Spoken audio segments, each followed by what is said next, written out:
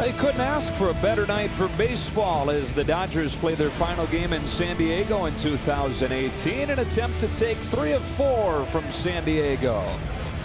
Veteran pitcher Tyson Ross back in a Padres uniform this season, making his first start against the Dodgers since opening day of 2016. Here's a lineup that'll face Jock Peterson to lead things off tonight, and then it'll be Max Muncy followed by Cody Bellinger. Grandal bats cleanup. Chris Taylor at short out of the 5 spot with Tolles in center. Kike Hernandez in right. Matt Kemp getting the day off. Chase Utley with his second start here in July, and then Stripling batting 9th. So Ross was here for 4 seasons and had a couple of really good years. 2014 he was an all-star, and he went to Texas last year. He's dealt with injuries the last couple seasons, signed back on a minor league deal. And Orly was having a great season, but his last 2 starts it's totally turned on its head, and he's given up 15 runs in his last 7 innings. He has lost command of his primary pitches. He and his pitching coach have worked very hard mechanically. Position on the rubber has changed, but he has to stay away from the walks and the home run balls. So the last 3 starts, he has really had a rocky road. And with those 2 problems of walking guys and giving up home runs, that's the strength of the Dodger offense. He throws his fastball for a strike less than any pitcher in baseball, facing a team that does not chase. Now the Dodgers trying to finish above 500 on this trip at 3-3 right now, and off we go at Jock Peterson fouling the first pitch back. Closed captioning tonight brought to you by Wiener Schnitzel. The Dodgers are 50-42 and tied with the Diamondbacks for first in the West. And as we set off at the top with a win today, would be alone in first for the first time all year.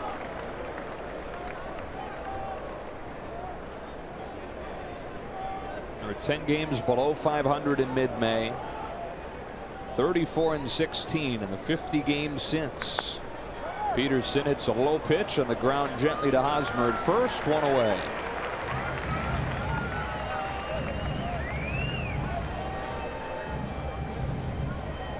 Ross 31 years old now, and the Padres have watched these last couple of starts with him struggling the way that he has. Doesn't mean that much this season. They're way out of first place. They're not competing, but he was looking like one of the better starters available on the market. And with each run he gives up, that value goes down a little bit. Here's Max Muncy. I'm sure he's still available, and the Padres are hoping that he does well. He has not had good luck against the Dodgers. 11 games, 9 starts. He's 0-7 against the Dodgers, so he's trying to break that trend. Here he comes with a 1-0, and Muncy watches it drop in for a strike. Now, opening day 2016, he gave up 8 runs to the Dodgers and didn't pitch again that year. Misses with his fastball, and it's 2-1.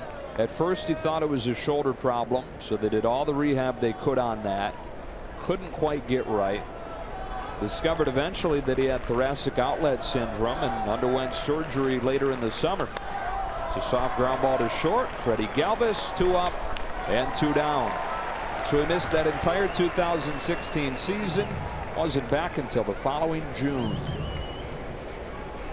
With 2 gone in the first inning, here's Cody Bellinger, and he is in our Land Rover Performance Spotlight. Talked about him during the pregame show, but he's been so much better lately. He is really settling into the changes that he's made, consistently using the stronger base, starting to spray the ball throughout all the fields, and we've seen that.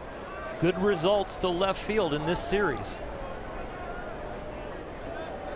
On the first pitch from Ross, he watches a fastball miss. He's 6 for 12 this week with 4 doubles. 2 of them slapped inside third, beating the shift. That drops into the zone, and it's 1-1. And you're right, he sure has started to use the whole field. His highest batting average is to center. You see the 21 hits. His second highest batting average with balls in play is to left.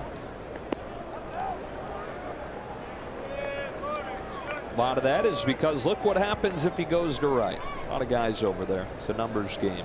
If he can stay with this approach, you might see the shift start to move back around. Gets under this one, 2-2. Turns 23 years old tomorrow. Boy, he packed in a lot before his 23rd birthday.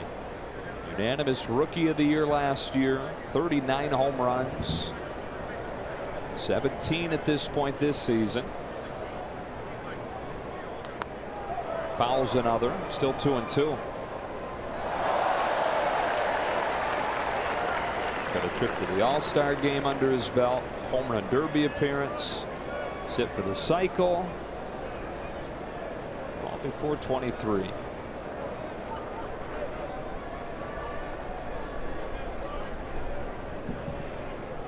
Another 2-2 from Ross, and Bellinger climbs the ladder, pops it up to the left side.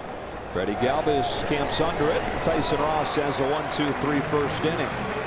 Out comes the National League All-Star Ross Stripling for his final start before he heads to D.C.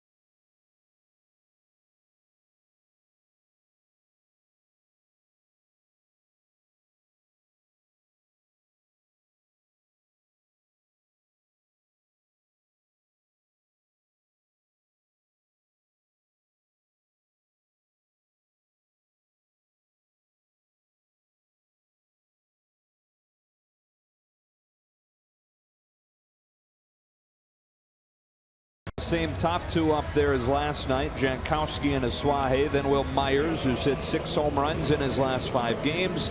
Hosmer, Perella, and Galvis, Margot, and Hedges will round out the order in front of Tyson Ross. And as we look at Ross Stripling, time for our Rocket Mortgage breakdown. You go back to mid-May, 7-1 in the run that has put him in the Midsummer Classic. He has been absolutely fantastic, a savior to this Dodger rotation, and I don't think he's going to be leaving it for a long time as he keeps up this production. And why are those numbers so good? Well, he's been landing the curveball with better trajectory, and that changeup has really improved.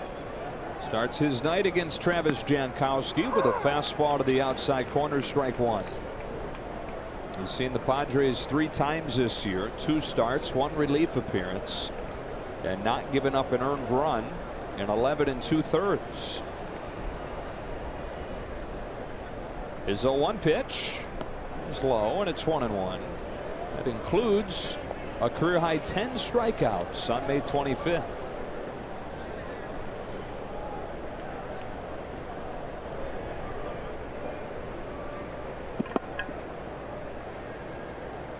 On a 1-1, Jankowski takes ball 2. First 3 pitches of this game for Ross is a prime example of the difference between him as a starter and him as a reliever. He went fastball away for a strike, changeup, cutter in. There's no way he could use that variety coming out of the pen in a tight game. 2-2. Be mostly using the fastball slider curve combination. Maybe a cutter after he gets ahead. Maybe a changeup if the score was out of whack and he just wanted to get a feel for it and kind of experiment with it. But now with the routine as a starter, each individual pitch has improved with the routine of side works and then pitching every 5th day. Paints for strike 3 to start his night. Even though the second pitch of the at-bat was a changeup down, that sets up this because you read it as, oh, that's going to be the changeup or something that breaks out of the strike zone. Sorry, it's the fastball that stays knee high, locks him up. Now the Padres last night got their only run before Kenta Maeda had recorded an out. But tonight Stripling gets Jankowski, and now Carlos Suaje takes ball 1. Maeda went on to have a great night. 5 2/3, struck out 9. Continued some stellar starting pitching for the Dodgers in this month of July. Here's a 1-0. Suaje hits it hard to deep center. Tolles his back to the edge of the warning track to put it away. 2 gone. Suaje has had a fly ball like that last night where he hit it to the warning track. He's just hitting it to the wrong part of the field. Center field is deep here. A little humidity in the air here in San Diego holds that ball up. And it's playing like much more of a hitter's park this season. It hasn't looked like it this week, though. You're right. Usually this is a pitcher's park, but down the lines it can get very hitterish. But center field is going to be cavernous. With 2 gone, it's Will Myers taking a perfectly placed strike. Myers 6 home runs in his last 5 games. He's 0 for 3 last night, and that snapped a string of 4 games in a row where he had gone deep. Here on an 0-1, takes ball 1. Padres are 6 17 since mid-June. This series they've managed only 8 runs in the 3 games.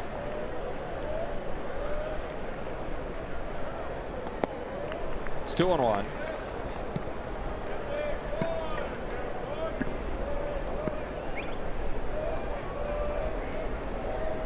Producer Mike Levy brought up a note today about the Padres. The last time that they were above 500, 3 years ago.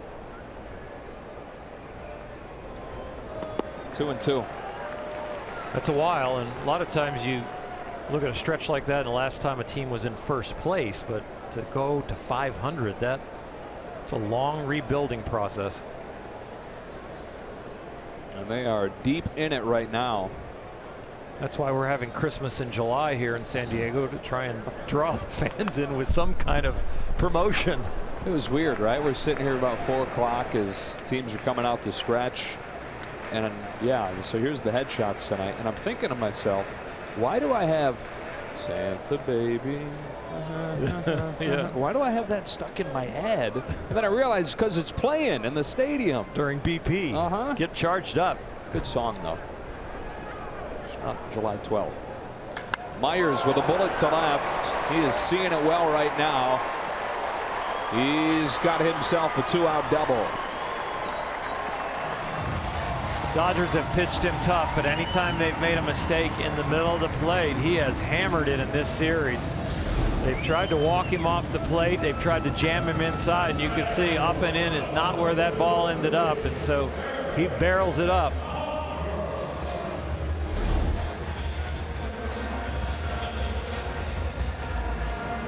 So Myers at second with 2 out for Hosmer.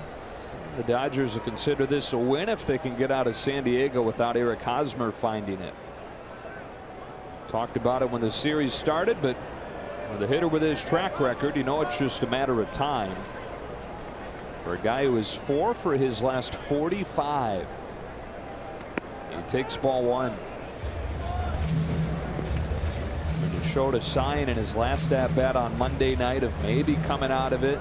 Held your breath a little bit going into game 2. Well, they've shut him down.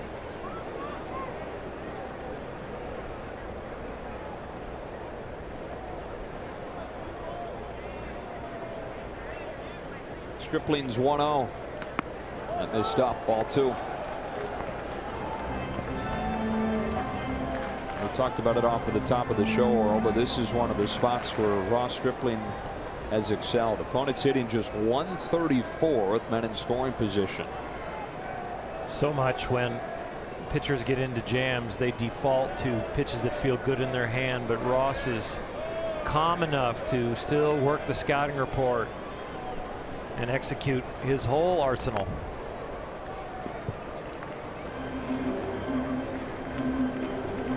He's very good at understanding his strengths and his own weaknesses, and then attacking the hitter's weaknesses and staying away from their strengths. Sometimes that doesn't match up with certain pitchers. They just want, you know, I really got to go to my slider here. It's my best pitch, my favorite pitch. I'm gonna throw my slider. And sometimes it's the wrong equation to just go what feels good to you. Attacking the hitter's weakness sometimes is better. Myers is second, 2 out. Stripling home 2-1. Hosmer takes ball 3. Right now the fastball location looks pretty good, other than the one that he pulled in there to Myers. The curveball has been up for a ball. The changeup's got great movement. The slider is ending up where he wants, but just not for a strike. So he's struggling right now to kind of find the range on almost every pitch but the low fastball for a strike. 3-1. Soft ground ball to first. Bellinger to the bag. Inning over. We've played one on a gorgeous night in San Diego. Glad you're with us. No score.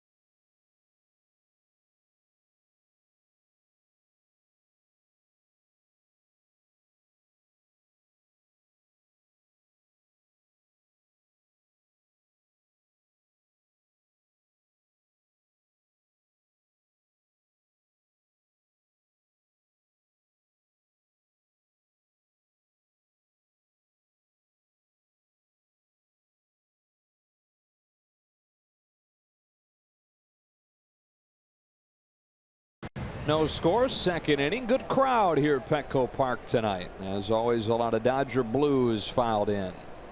Yasmani Grandal, first start since Monday. Takes ball 1 from Tyson Ross, and away we go here in the second. Grandal in the month of July, second in baseball on on-base percentage. Chops one to short. Freddie Galvis, one away. Yeah, you early on had to qualify that with, I know we're only 5 or 6 days into the month, but at this point, almost a couple weeks in, he's reaching above a 500 clip. It's a nice sample size now, July, and guys that are hot are trying to continue on. Guys that are cold are trying to turn it around. But even with a weak ground ball to the left side, I'm still encouraged when Yasmani hits the ball over there.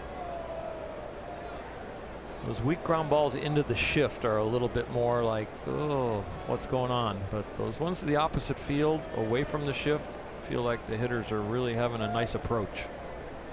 Chris Taylor with 1 out takes strike 1. Just may be ready for this trip to end. It's been a rough one for him. 4 for 26. 3 games in Anaheim, 3 games here. ball and 1 strike.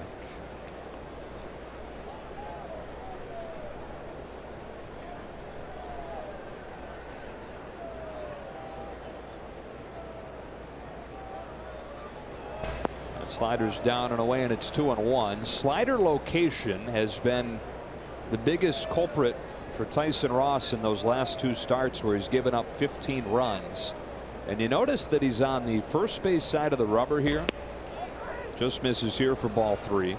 They noticed on film that he had kind of gravitated towards the middle of the rubber and was having a hard time getting extension on his slider because of it. Said he was kind of cutting himself off.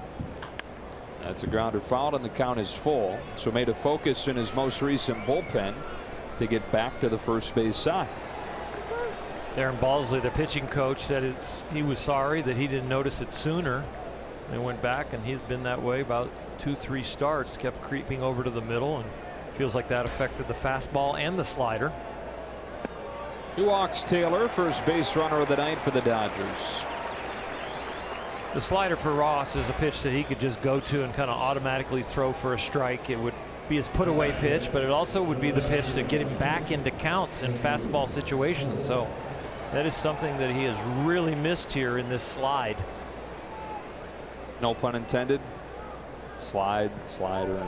Oh yes, yeah, I didn't pick that one up. Literally was not intended. I was still humming Santa Baby. Oh, we should stop that. Andrew Toles, 1 on 1 out. Takes the slider for a strike. Well, Toles is going to get regular playing time, regular starts against right-handed pitching at this point. He's in center field tonight, where he's most comfortable.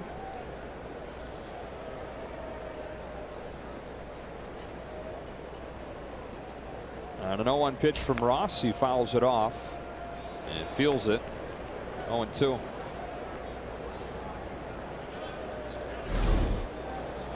Looks like it gets him right on the ankle bone. Oh, up on the shin.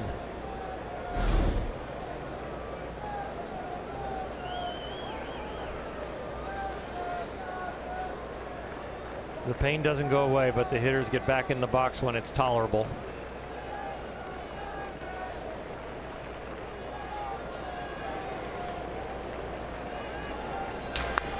That's foul.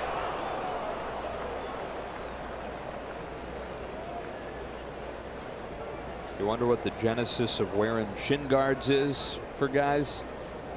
Maybe we're going to see him wearing one tomorrow. Right off of the spot that it would sit.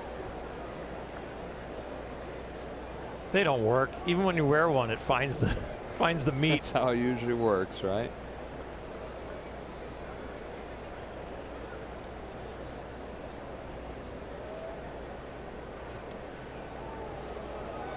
Toles about to get back to his car in the Dodger Stadium parking lot, which he left there the end of March when he was sent down during the Freeway Series to begin the season in Oklahoma City. Figured it wouldn't be long before he'd be back. But no, it's still sitting there in July. Chases this one down, and he's out number 2.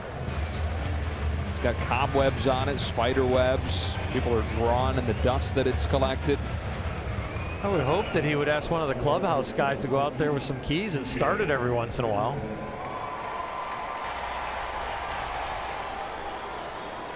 No, it's going to get its first start. Wow. In a few months when he gets home. Fingers crossed on it starting. Kike Hernandez with 2 out, a scoreless game in the second.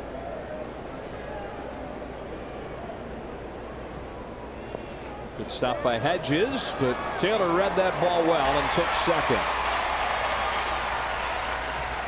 He's one of the best at that.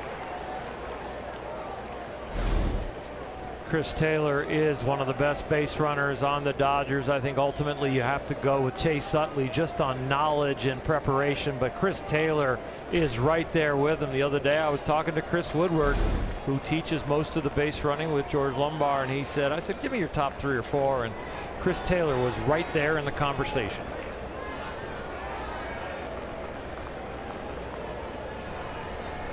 Puts him in scoring position for Hernandez. Dodgers trying to jump on Ross here in the second. Hernandez ahead 2-0.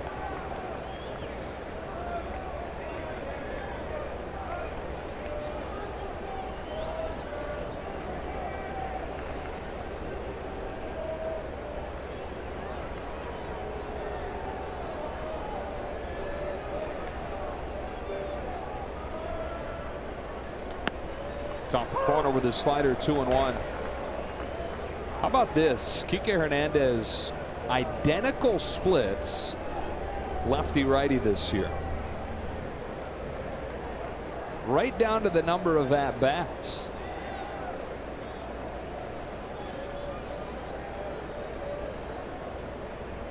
On a 2-1, that's in for a strike, 2-2.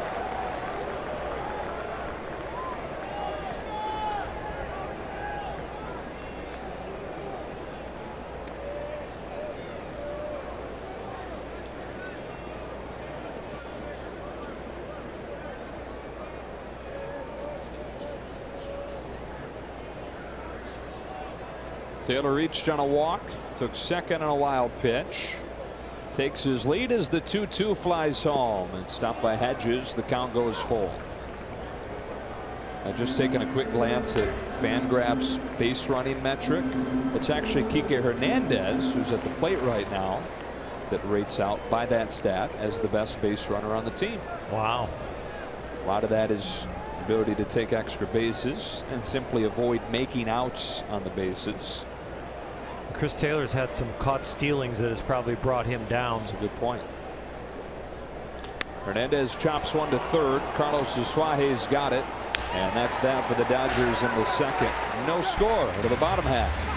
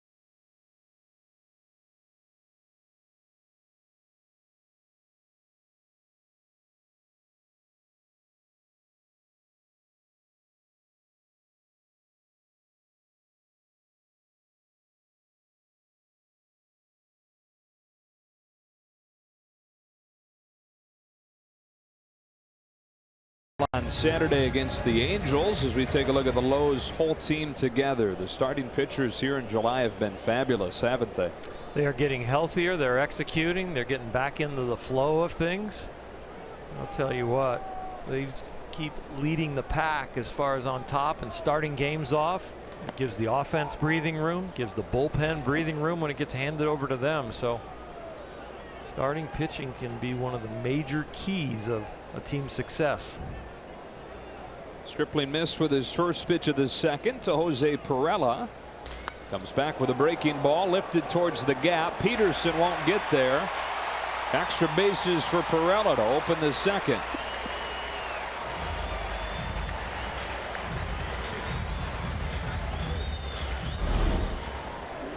It's a little slider that kind of just hangs up a little bit. You'd like it if it hits your catcher's glove and you go, oh, that's a good pitch, way to get that strike. But when it's swung at, it's a little higher because the ball's out in front of the plate. First hit of the series for Perella. Brings up Freddie Galvis. Lifelong friend of his.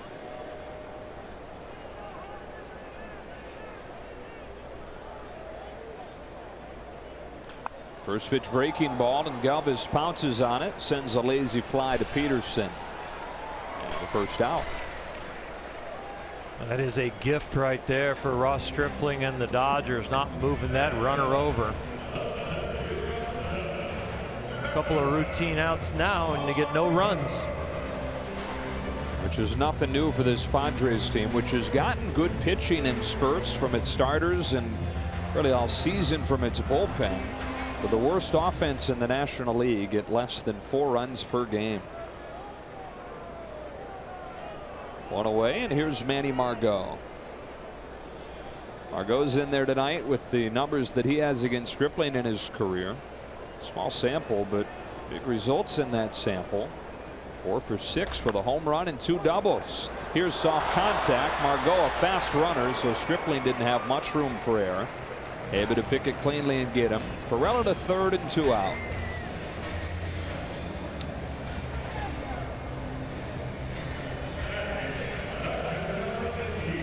Well, those unproductive outs for the Padres team are just sins that they cannot live with, because sometimes you can have a little grace for that kind of play and not getting the runner over with no outs when you're a team that hits for home runs and hits for power, and you kind of expect that out of your power guys, that they're not always going to make that productive swing and give themselves up. But when you're a team struggling and also not hitting home runs, you've got to do the routine stuff.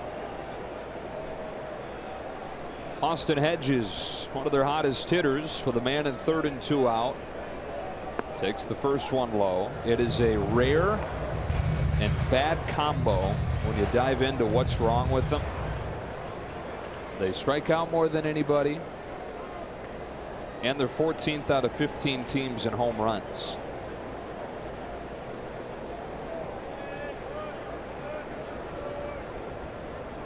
Going upstairs with a 1-0. He left it hittable, but soft pop fly into right center that Kike Hernandez makes the catch on. A 6-pitch inning for Ross Stripling, and no score after 2.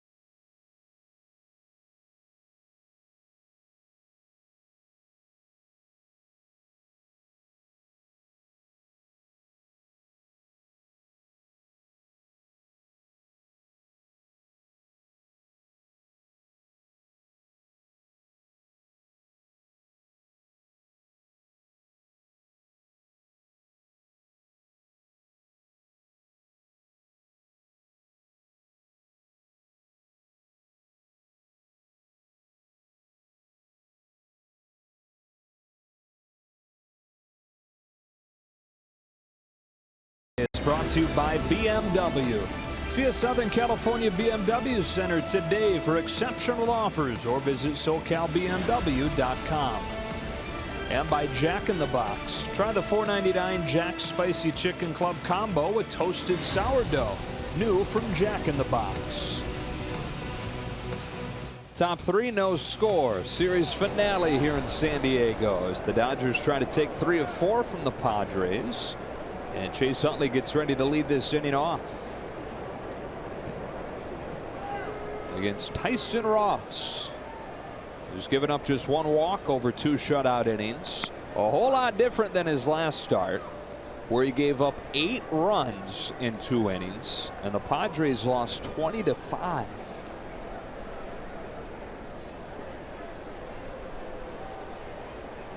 He deals 1-0. Utley jumps out of the way. Ball 2.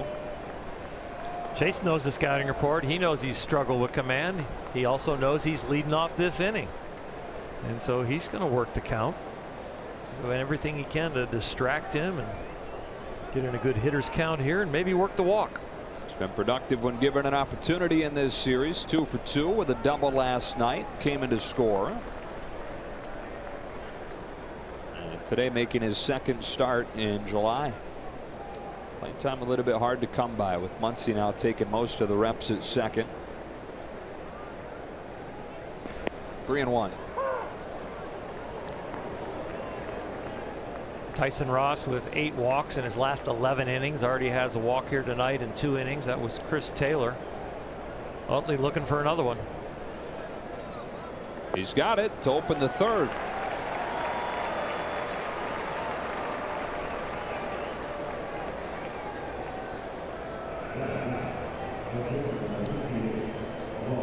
Sacrifice situation for Ross Stripling.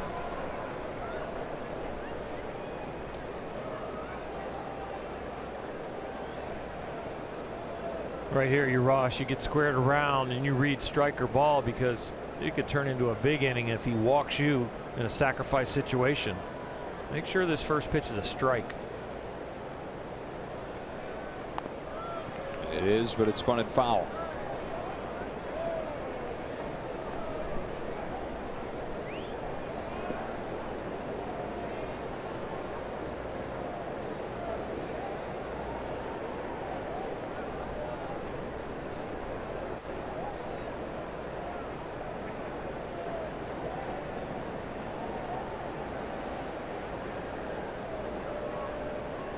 Tried again on 0-1 with the corners crashing in. Bunts it foul again. 0-2.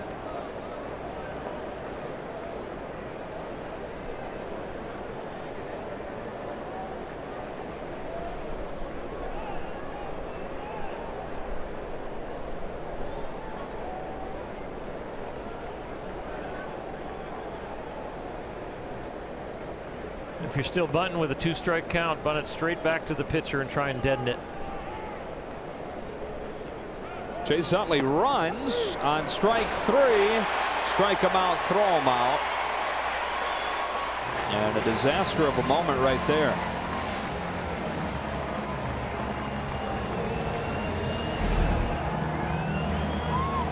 Chase didn't have a base runner's lead as far as stealing the base. Maybe he was trying to sneak his way down there. Ross gets a breaking ball that drops into the strike zone, and Chase comes up short.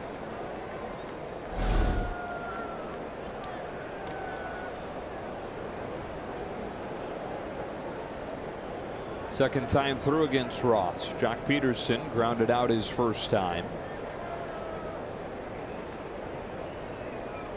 Looking for his first hit since last Tuesday when he homered on the first pitch of the game against Pittsburgh. Hitless in his 20 at-bats since then.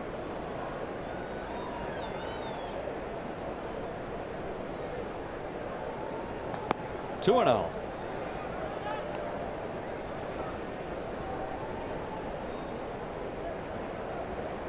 Jock's 13 home runs. He might break out of this slump with a bang. Get number 14. Thought he was going to get a cookie fastball there. He still probably has the 3-0 green light. He may get that cookie fastball here.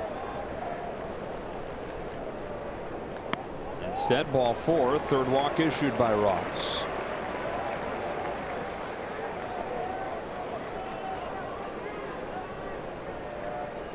If the Dodgers lose this game, they're going to look back at this inning and go, boy, they handed him a couple of outs. Ross Stripling will kick himself for not getting the bunt down, whatever Chase Utley was doing as far as running and what part of the play that was. And now a walk here. This could have been a very nice inning. With 2 outs, Max Muncy looks at a first pitch breaking ball for a strike. It's only the 5th strike that he's thrown this inning. Yet they're trying to string it together with 2 out.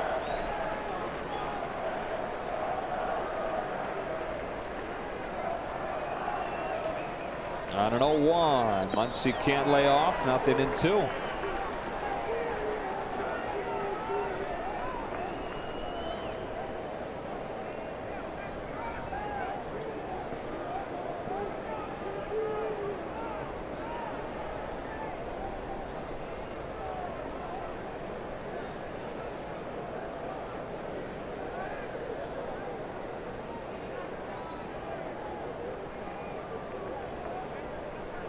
Going away with an 0-2 and missing up, ball 1. Ross's pattern is he really can't throw a strike down to his arm side right now. It seems like anything that he can semi-command is inside to a lefty. Pulling that slider down and in. Some fastballs at the top of the strike zone. This side of the plate where he's going, he hadn't missed. Finally hit the spot. To strike out Muncy. He's got 3 Ks through 3 hitless innings. No score.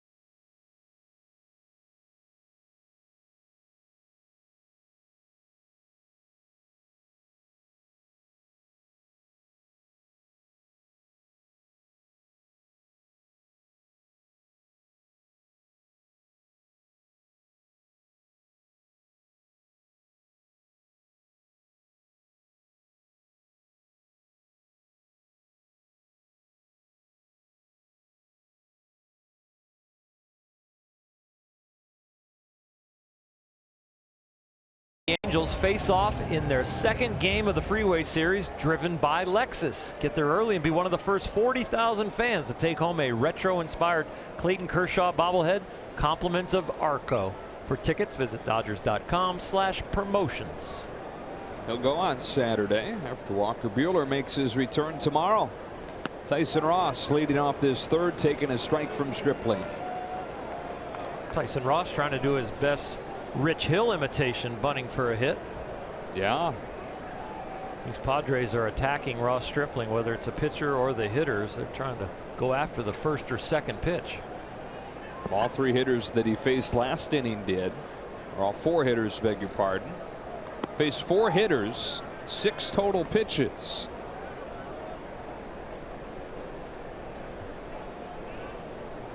Didn't seem like it was going to be that quick inning the way it started out with the double. Yeah. 1, 2, 3 after that. That ball's hit well by Ross to deep right center. Tolles to the warning track to make the catch for the first out. One made Ross hold his breath a little bit.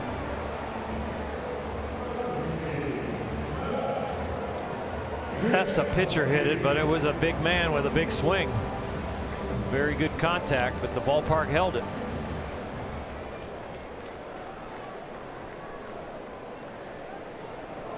Back to the top of the Padres order with Travis Jankowski, who took strike 3 called his first time. That drops his team leading average to 269. Will Myers is hitting 290, but Myers has only played in 28 games.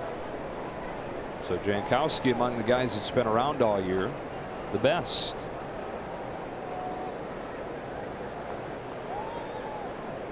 On this 1-0 pitch, he slashes a fly ball to left center field. That'll be easily playable for Jock Peterson. 2 out. You look at these Padre averages, and they're anemic. I mean, you got to believe that Eric Hosmer is going to hit higher than 252. He's mired in a huge slump. A lot of the other guys, Hosmer is the professional hitter of the group. And everybody else is really working on establishing an approach. Jankowski's starting to pick up on one. Aswahe plays hard and has a pretty good approach at the plate, but other guys are a lot of free swingers.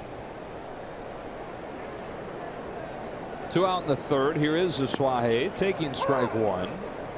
6 straight hitters have swung at one of the first 2 pitches.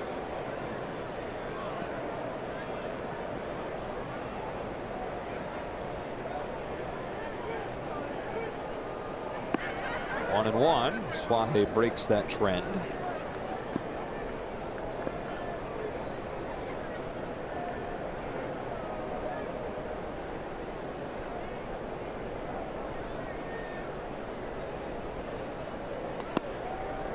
Generous inside corner, 1-2. Aswahe's thinking, man, if you're going to give him that, it'll be a long night for us left-handed hitters. You can go back in there, or the outside corner is going to be a tough one to cover because of that inside strike he's got to worry about.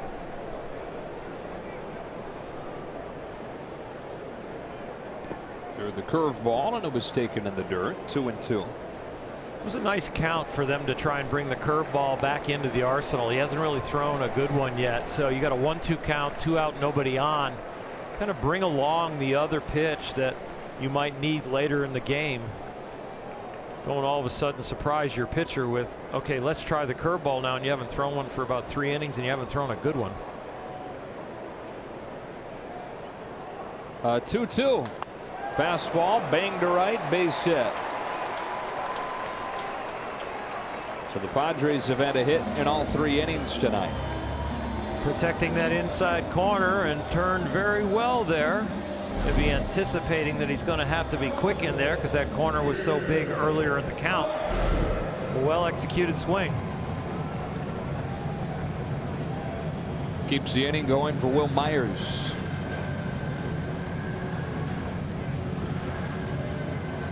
.27 old in his 6th year in the majors now. Former Rookie of the Year in 2013 when he was with Tampa Bay.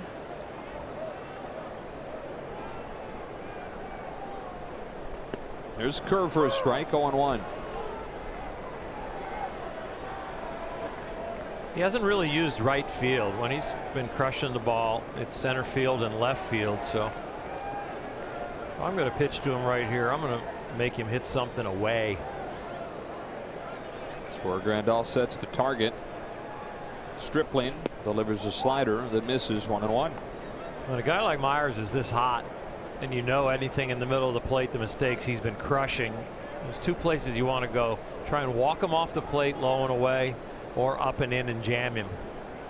And you really can't stay in one area or the other too long, because when they're that hot, they'll pick up on it. It's like back-to-back pitches down and away. This one gets him to go around. 1-2. So now you coming up and in? Yeah, it looked like right there for me, Myers backed off the plate and kind of opened up his front shoulder and hip, because they've been using kind of a rocking chair approach with him. When they've gone away, the next pitch they've gone in. When they've gone in, the next pitch went away. It's one of the few times that they've doubled up on one side of the plate. Now he's closed back up again. And they're going to go down and away a 3rd time.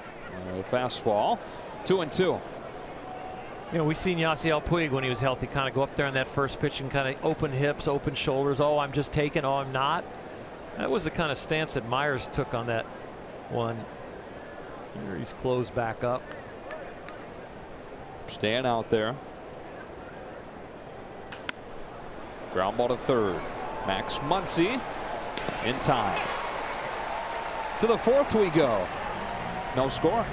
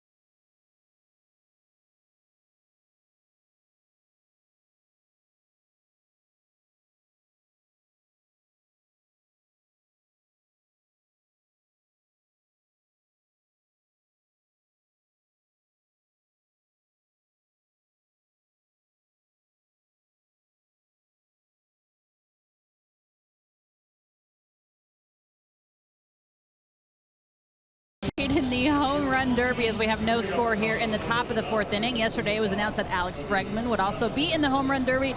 So the field is set for Monday's home run derby. Max Muncy, representing the Los Angeles Dodgers, will be there. He is up against Javi Baez in the 1st round. Of course, the Chicago Cubs slugger. It's going to be a good time. Of course, we think Max Muncy's going to win it. Max Muncy, the 3rd seed against the number 6 seed in Baez. The winner of that round will face Bryce Harper or Freddie Freeman.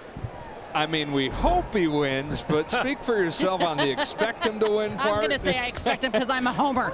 Strike one on Cody Bellinger. What an interesting 1st round matchup. You've got the guy with some of the best plate discipline in baseball against Javier Baez, who swings at more pitches than anybody in baseball. 0-2 on Bellinger to open this 4th. And if the rules are the same and they're on the clock, I mean, I don't know.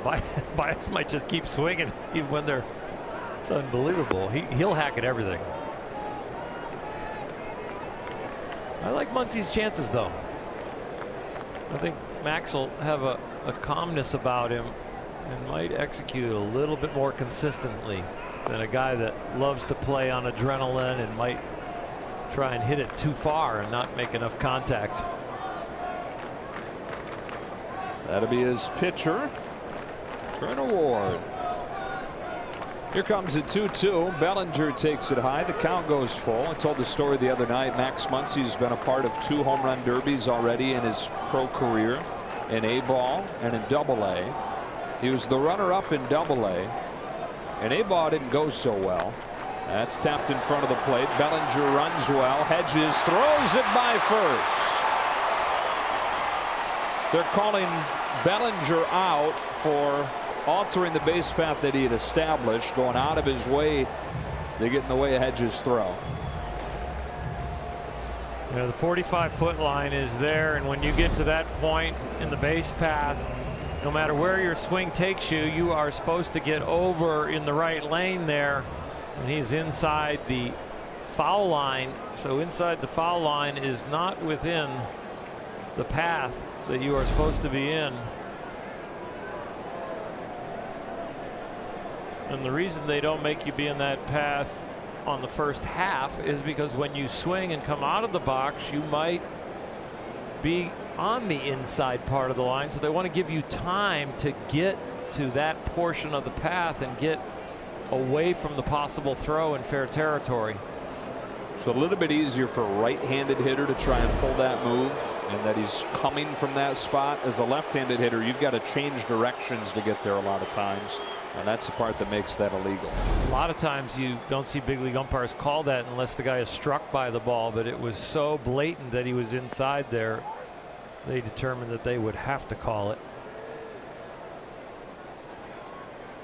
1 ball, no strikes on Grandal. And now 2-0. So Muncy's first home run derby. At that point, it's A-ball. They don't let you fly in your own pitcher for it. So they got local high school guys to come in and pitch to him. And he said his was horrible and had no chance. Luck of the draw. This time he gets to choose and handpicks Turner Ward. It throws to him a lot of days. 3-1. I've noticed during batting practice, Turner Ward's doing a lot more stretching and kind of getting prepared. It's going to be a lot of tosses for him if Max moves on. It's not like just throwing one group. You know, you got to throw him here, and then you got a 15-minute, 20-minute break, maybe even a half hour. Now you got the next round. You make it to the finals.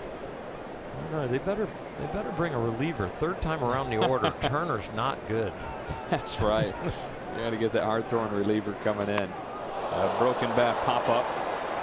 Suaje. Good thing is the whole coaching staff will be there. That's true. So, yeah.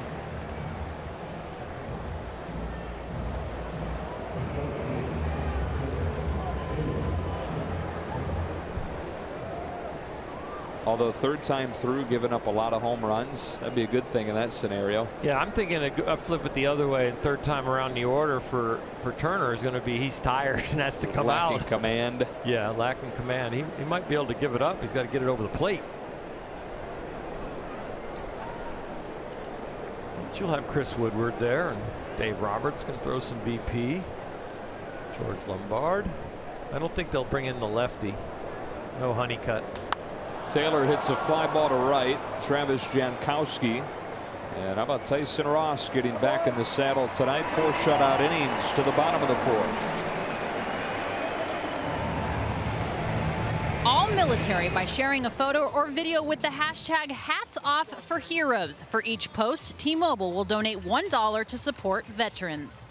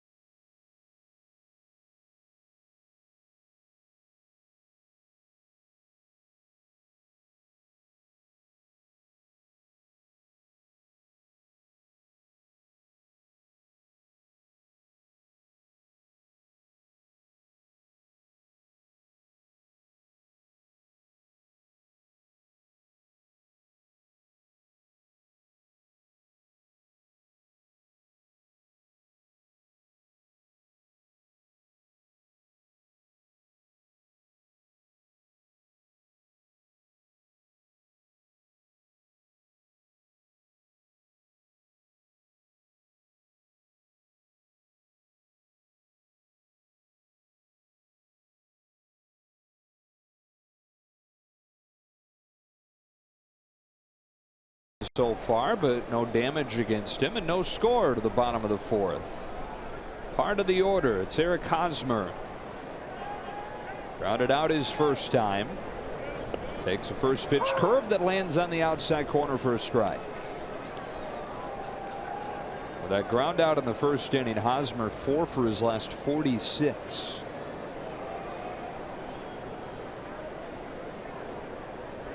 Oh, 1. Strike 2.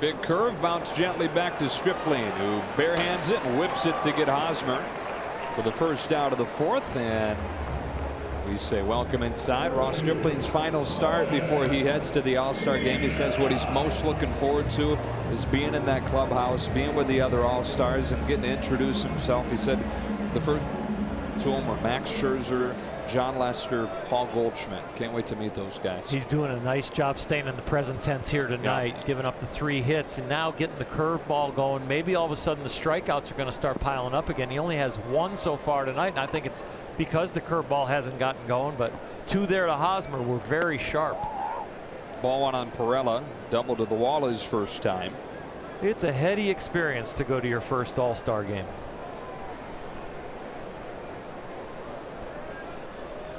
He's going to do it instead of spending a few days at Lake Tahoe with his wife Shelby. That's a nice looking curve, 1-1. Let's go down to Alana. Guys, I asked Ross's teammates Chase Utley as well as Alex Wood and both of his pitching coaches Mark Pryor and Rick Honeycutt what they wanted him to get out of this experience. All 4 of those guys have been All-Stars in their own right. Every single person said try to slow it down, take it all in, and enjoy the moment. You never know when you're going to get another one. I think that was one of the tough things when Ross Stripling didn't make the team initially for him. Of course, he's not going to come out publicly and say how disappointed he is, but you don't expect to have a 2 ERA this deep into the season too many times, so you never know. This is going to be your best opportunity to make it. You could have a fabulous career of another 15 years, and hopefully he does. There's no guarantee he'd be this close to get that all-star opportunity. Is 1-2. Is swatted to first and caught by Bellinger.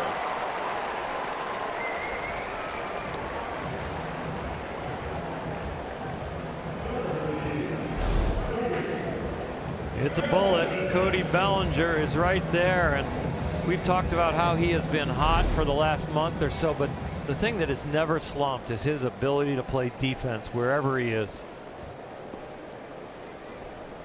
Robbed a home run in center this week. That makes a nice play on Perella there for the second out of the fourth. Up comes Galvis. Bunts one towards third. Muncy with a bare hand has no play. You couldn't have rolled it out there any better. And a 2-out bunt single for Freddie Galvis. It's the hard part about moving around like Max Muncy has. I think Justin Turner probably lets this ball roll and see if it goes foul. If you know you're probably not even going to make a throw. It's a nice effort, a nice barehanded play, but the subtlety of playing a position for a long time, you might have said, you know what, I'll run after this one all the way down to the bag and see if it'll go foul.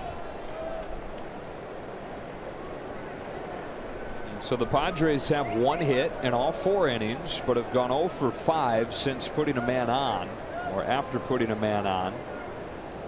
Margot with 2 out looks at strike 1.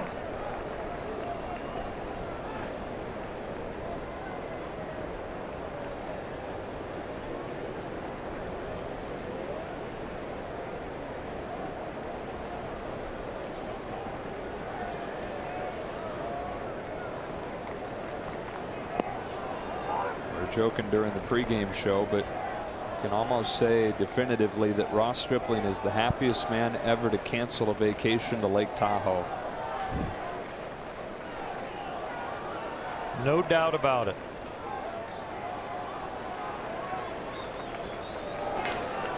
Said you saw the travel planning going on in the hotel today with a full family, and Mom and Dad came in on Tuesday for the last start before the All-Star break, maybe getting ready for the vacation. Wasn't named the first go around, but when they got the news, the computer got out and the ticket requests and the plane flights to Washington started.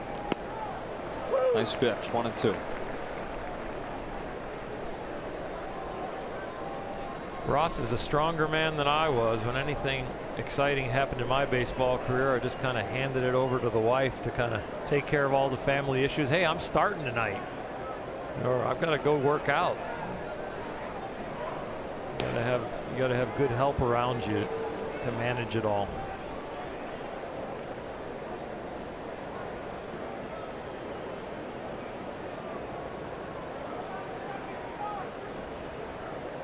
Galvis off of first with 2 out, and Stripling home to Margot with a 1-2. Galvis runs in the dirt, throw down, not in time. Galvis has stolen second, picked a good one to run on with that slow looping curveball, and a man in scoring position with 2 out. If you're going to bunt for a hit with 2 out, nobody on, you better have in the back of your mind, if I make this, I'm going to try and get the second some other way. Giving up the possibility of hitting an extra base hit when you go for the bunt or the home run. So your job is to get into scoring position. He did it with his legs.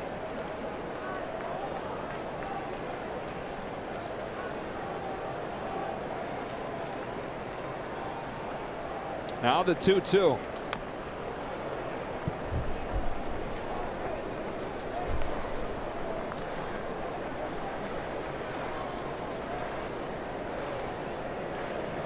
Guys don't talk about it much, but I made 3 All-Star teams, and I'll tell you what, there's a lot of phone calls to friends and family where you start giggling, saying, I can't believe I did it. This is going to be so much fun, man. I'm going to get to hang out with these guys. And, you know, I'm so proud of you, the mom and dad comments, and love you so much. Can you believe that? Long way from Little League. It's almost like your life flashes before your eyes with everybody. That's ball 3, Manny. This is a little tougher league up here than Little League. I thought you meant up here you've got to actually get 4 balls to be able to go to first. Yeah, I was into my all-star stories and parents and friends congratulating them, and Ross knows how many.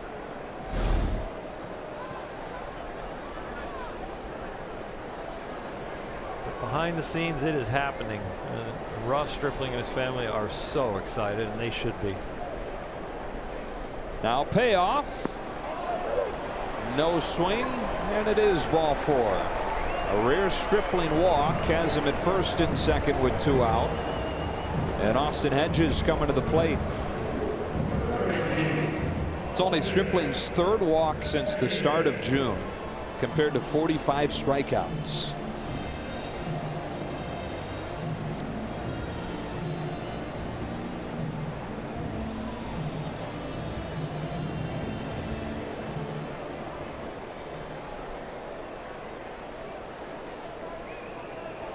Hedges came off of the DL the last week of June. Been dealing with a sore elbow, missed almost 2 full months, and hitting well above 300 since with some power. 25-year-old catcher watches a curve spin in there for a strike. It's always graded out well defensively. They're just kind of waiting around for that offense to come around. A position though where you live with it not. He continues to play elite defensively.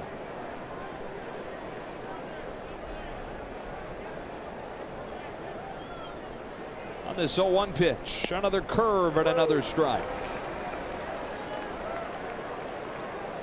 He's just touching that outside corner with those last 2 pitches. You've got to revert back to remembering Ross Stripling has been extra tough this year with runners in scoring position.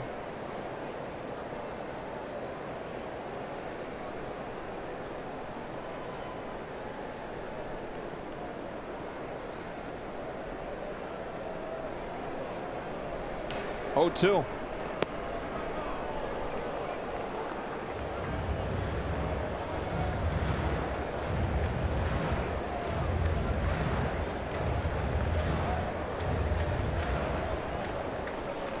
Padres hit below 200 on breaking balls.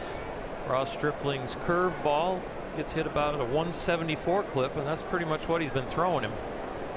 Threw it again, ground ball, diving stop by Taylor to save a run.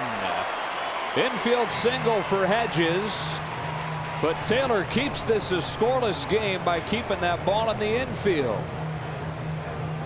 Outstanding jump, dive, and accuracy with the movement by Chris Taylor. As we take a look at it on the Carl's Cam replay, it's a bullet. 2-hopper knocked down. With 2 outs, man on second, infielders go back a step or 2 to try and keep it in the infield. And that little extra distance back there really helped Chris Taylor, along with his exceptional ability. And what makes it even a bigger deal is that the pitcher comes up now. Although, as Ross showed you his first time, a little bit better, a little bit more powerful than your average pitcher. Flied out to the warning track.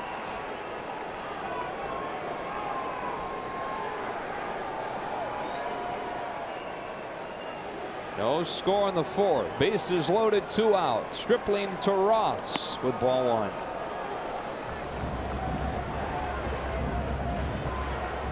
You got to remove the deep fly ball to right center in the first at bat from your memory, and you got to tack him like he's a pitcher, especially with the bases loaded in a 0-0 game. There's a strike. Strength against strength, whatever you think that is.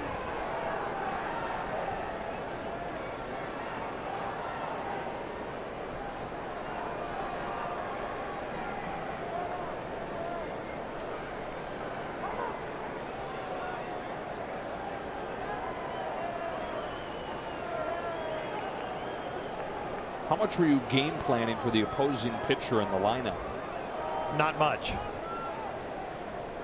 Nowadays, with all the data, though, you might find out that he hasn't had a hit all year on a breaking ball. That might be coming to your mind if that was there.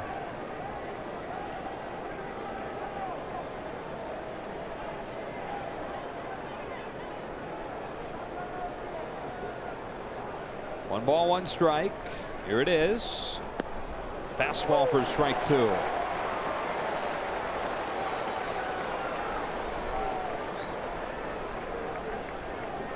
Heartbeat so steady all season for Stripling, no matter the situation. And a bases loaded jam and a scoreless game in the 4th as the Dodgers try to move into first place by themselves for the first time. A 1-2. He struck him out. And Stripling's out of the bases loaded jam to keep this a 0-0 game to the 5th.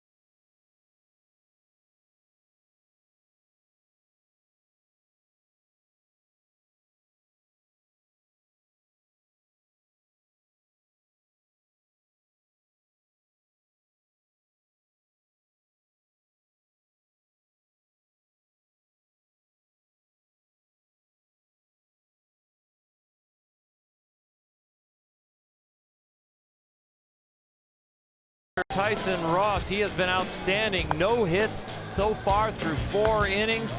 The Dodgers have chased a few pitches, but he has really worked the edges of the strike zone. So they're going to need to get him in the middle of the strike zone, see if he can make some mistakes. If not, the one thing he hasn't done well is he's been walking some people. And again, this is a guy who in his last start gave up 8 runs in 2 innings. And in his last 2 starts, 15 runs in 7 innings. He's had the Dodgers number tonight, facing them for the first time since opening day of 16. And getting ready to face Andrew Toles to open the 5th. Joe Davis, Oral Hershiser, and Alana Rizzo here at Petco Park. The sun setting on the night and on this 4-game series. Andrew Toles jams the first pitch that he sees to Galvis at short.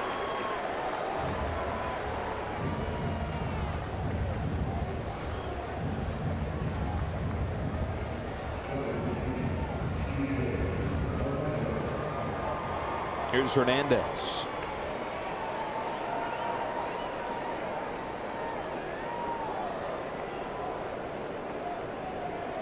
Ross, a former 2nd-round pick out of the Bay Area 10 years ago. That's strike 1. Berkeley native, stayed there for college ball, went to Cal. Debuted when he was 22 years old. The first batter that he faced in the majors was his boyhood idol, Ken Griffey Jr. How did it go? Struck him out.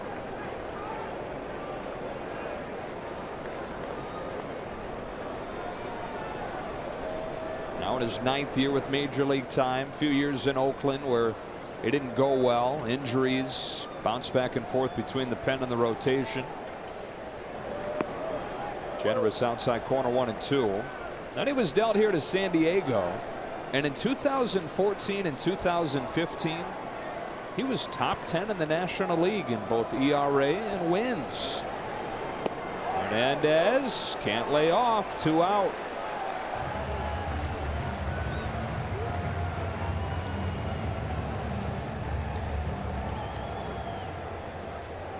It's the same formula for him so far with these 2 outs, just working the edges of the strike zone if the Dodgers aren't disciplined enough to lay off and maybe work the walk. It's hard to hit balls. They got to get him back in the strike zone. He's retired 6 in a row since a couple of walks in the 3rd inning. Chase Utley had one of those walks.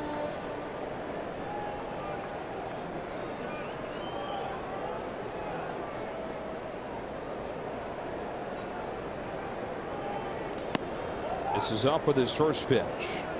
So it was for good reason that Tyson Ross was starting that opening day game against the Dodgers in 2016. By many measures, one of the top 10 pitchers in the league then. With the surgery, and really 2 lost years because of it. Inside corner strike. Signed with Texas last year. Wasn't ready to go until June. Had an ERA close to 8 in his 12 games there. And they released him in September. 1-2. He said to him, though, bigger deal than any of those numbers was just the simple fact that he was back on a major league mound with how serious that thoracic outlet surgery was.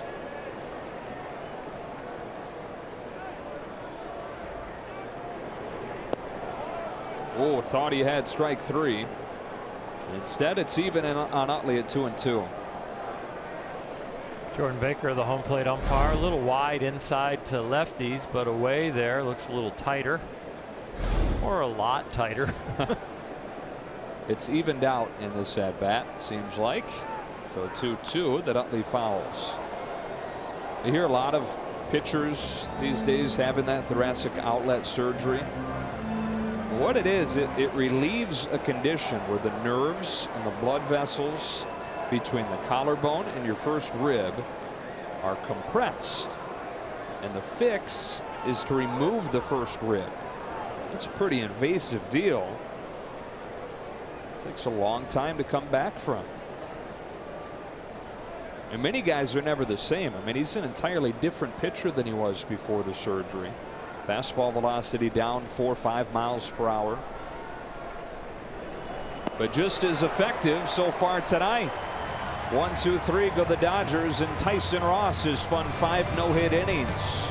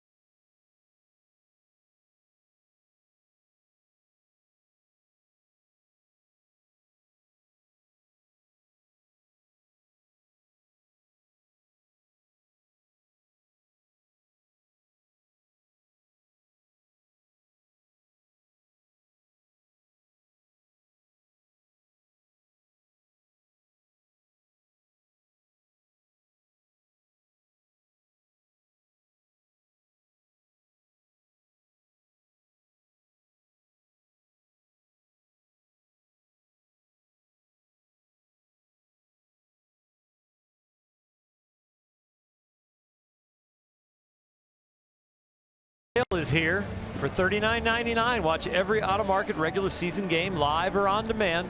Your subscription includes MLB at Bat Premium, allowing you to watch live baseball on your favorite supported devices. Blackout and other restrictions apply. Visit MLB.tv to take advantage of this sale. To the bottom of the 5th we go. Ross Stripling has pitched around some traffic to put up 4 zeros. Engaged in a duel with Tyson Ross right now. He's doing a number on San Diego in the traffic, and the Dodgers need to find a way to get him some runs. Ross has protected his record throughout the year when he has not gotten much run support. He's gone toe-to-toe with a lot of good pitchers. Travis Jankowski, the leadoff man for the Padres tonight, takes ball 1.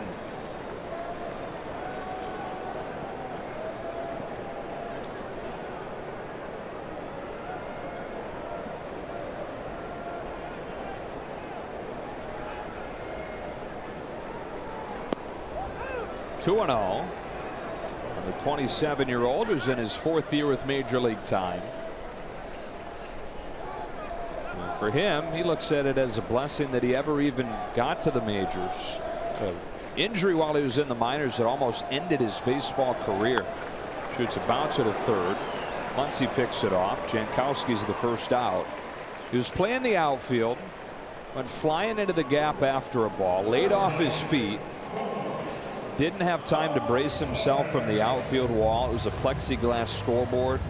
Crashed into it, broke his wrist, fractured his elbow, and the doctors told him if surgery hadn't gone just right, that his arm would have stayed permanently bent, and that would have been it for his baseball career.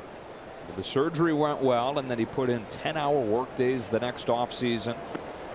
Ball 1 on Carlos Asuaje, just to get ready for the next year, just to get back to playing baseball. Little did he know that next year he'd make his major league debut. Not knowing if he'd play again to making the bigs. 1 ball and 1 strike.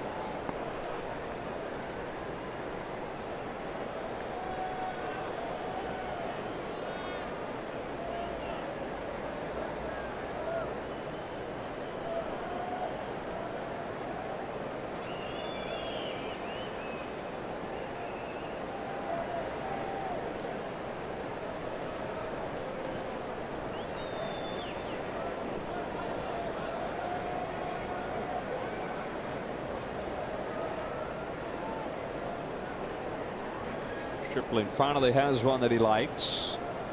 Here it is. 2-1.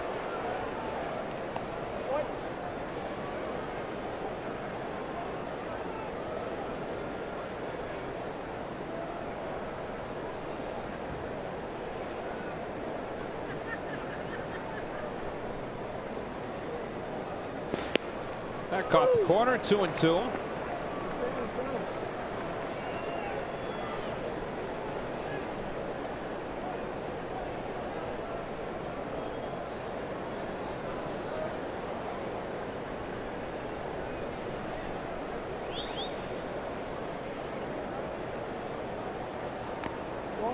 Do it again. It's been a little bit of a battle for Ross. Yes, all zeros up there, but it has been much easier for him in other outings. Breaking balls just not quite there to put people away. He has 2 strikeouts. One's the pitcher, and one was the leadoff hitter of the game, Jankowski. Well, he missed his spot. Because of that, not going to get any help on the corner there from Jordan Baker. Full count. He's beating himself up a little bit. Very rarely do you see Ross Stripling throw pitches where Yasmani Grandal has to reach across the plate. His #1 asset after the outstanding movement he has on his pitches is the command. 7th pitch to Asuaje gets him swinging. And he's shaking his head because he didn't want that one there either. If that's a hit, it's a hanger. And when it's getting tossed around the infield as a pitcher, you're walking back there waiting to get the ball back from your third baseman, Max Muncy, but you're beating yourself up until the ball gets back in your hand. Still giving him a pep talk, himself a pep talk. Got away with it to Asuaje. Not a guy you want to make a mistake to here. Will Myers 1 for 2 with a double. Ground ball foul, strike one. You can just see with most of Ross's pitches right now, they're about thigh high to the hitter. Well, you want to live above the waist or down by the knee. And if you're above the waist and getting strikes, then you can go up the ladder. If you're down by the knee, then you can walk them outside or down to the shins. Those thigh high pitches are dangerous. Again. Yeah, you see the glove, Yasmani down there. He's trying to make an adjustment for him with his sights. Yasmani had the glove down below Myers' knees. And you see where Ross throws it. Those are not good baseball probabilities as far as the location is concerned. Probabilities are going to go the wrong direction for you if you keep locating there.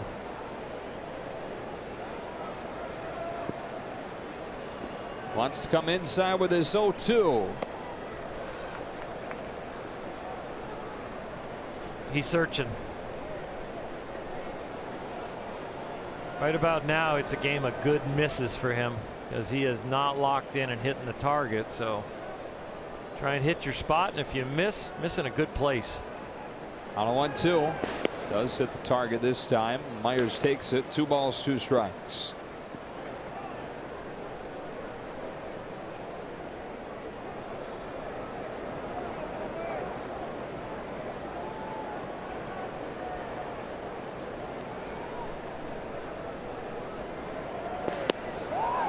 Wanted that one, won't get it. The count goes full. Don't give in. Not to the hottest hitter in their lineup. Let him go stand over there and work on the guy that's only got less than a half a dozen hits in his last 40 at bats. Left it over the plate, banged to left. Peterson has it, but on a bounce. Retrieves it to the infield and holds Myers to a single. Peterson appears to be hurt. Maybe knocked the wind out of himself with crashing into the ground. He's waving off help. It was an outstanding effort by Jock. Got a good break on it. He's starting to smell it, but then all of a sudden he realized he's not going to catch it. Boy, that left shoulder took most of that impact.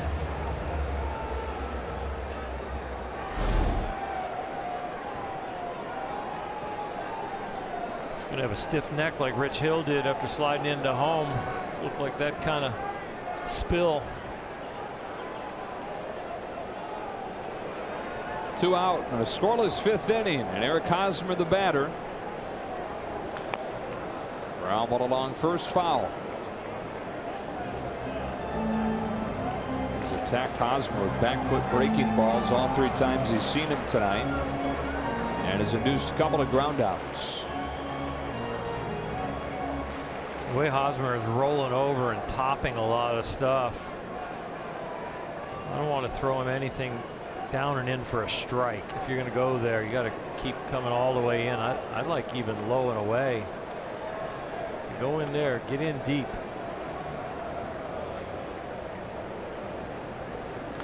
Left it over the plate, well positioned Taylor, and somehow Ross Stripling has thrown 5 shutout innings tonight on a night where I think he'd tell you it's not been his best stuff.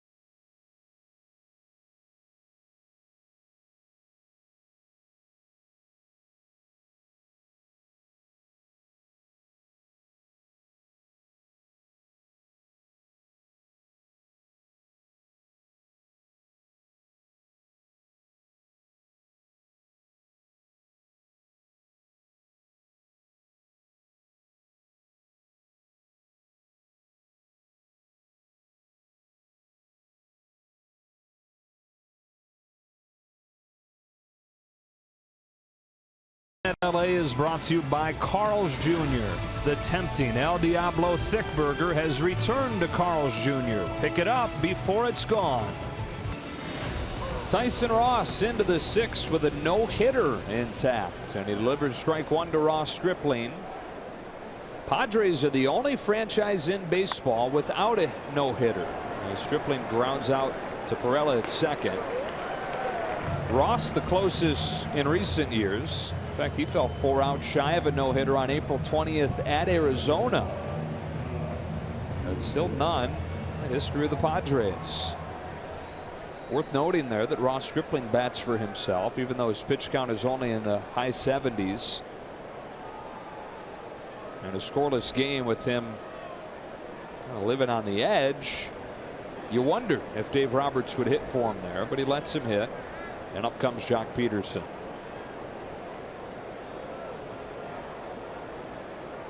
Strike one.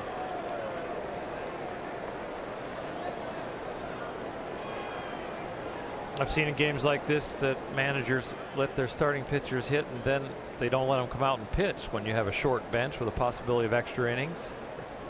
Not sure that's going to happen with Ross. Nobody up in the pen.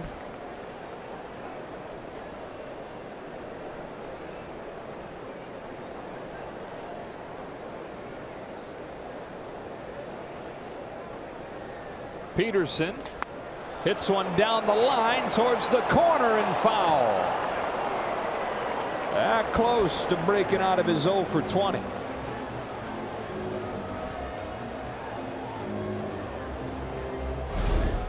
Trying to race his over and trying to race the 0 up in the H column on the scoreboard.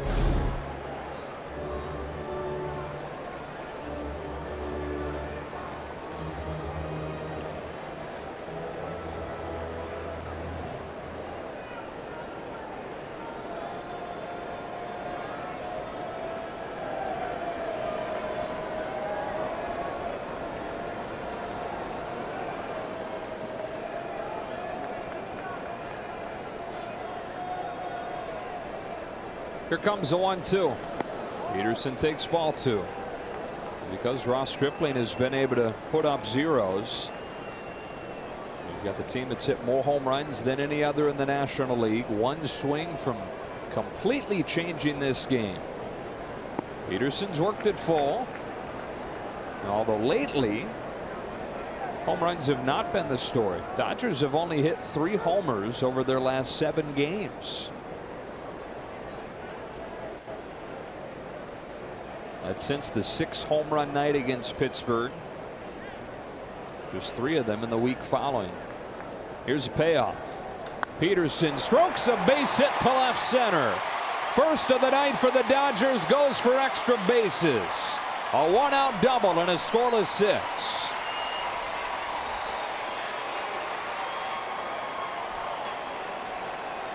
When is the first hit in Arco top tier play?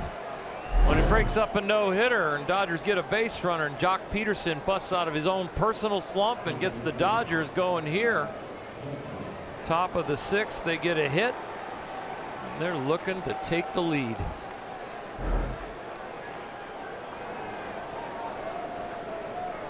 So Peterson in scoring position and Max Muncy at the plate. 0 for 2 so far tonight. Ross out of the stretch for the first time in a while. Muncy rips one to right. Back goes Jankowski to make the catch. 2 out.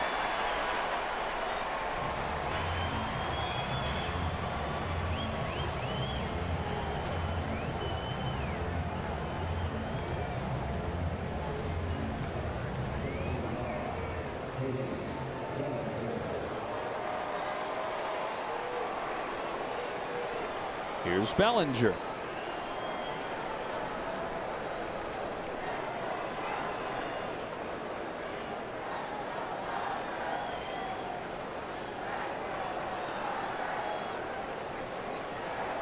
When Ross has struggled, a lot of those struggles have come against left-handed hitters. Dodgers have 6 of them in there tonight, including Bellinger, who hits the first one by the bag foul.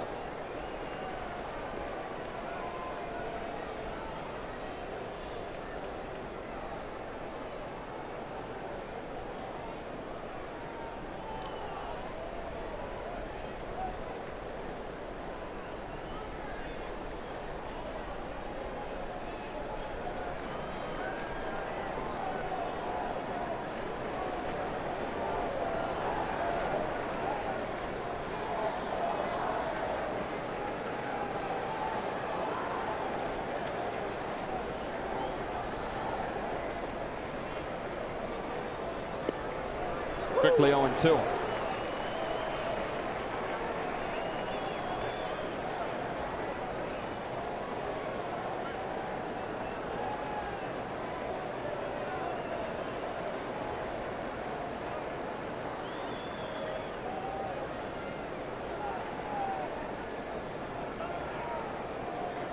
Peterson at second, 2 out, and Ross to Bellinger with an 0-2 in the dirt.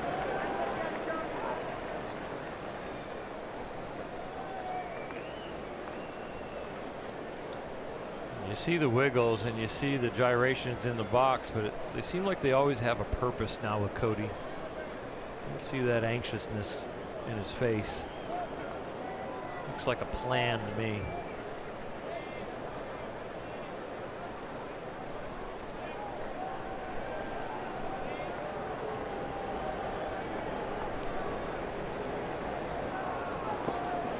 Two. Tracking the ball well, staying off those down and in breaking balls. Remember the World Series in the playoffs? That was his hole. Not even biting on him now. And then earlier in the season, the hole was the fastball on the inner half, slightly up usually. This new approach and this zoned in hitter is looking very hitterish in the box.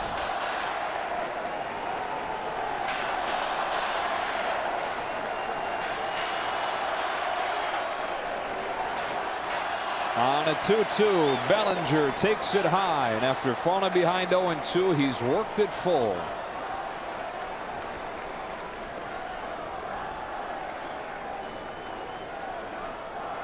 If this is a strike, it could be a very loud noise. He looks very good in the box, and Ross can't figure out how to get him out. He's not chasing the pitches that Ross thought I can get him to chase. 2 down and in and 1 up that it was supposed to be a cutter a little bit farther in, but he hasn't thrown anything for a strike.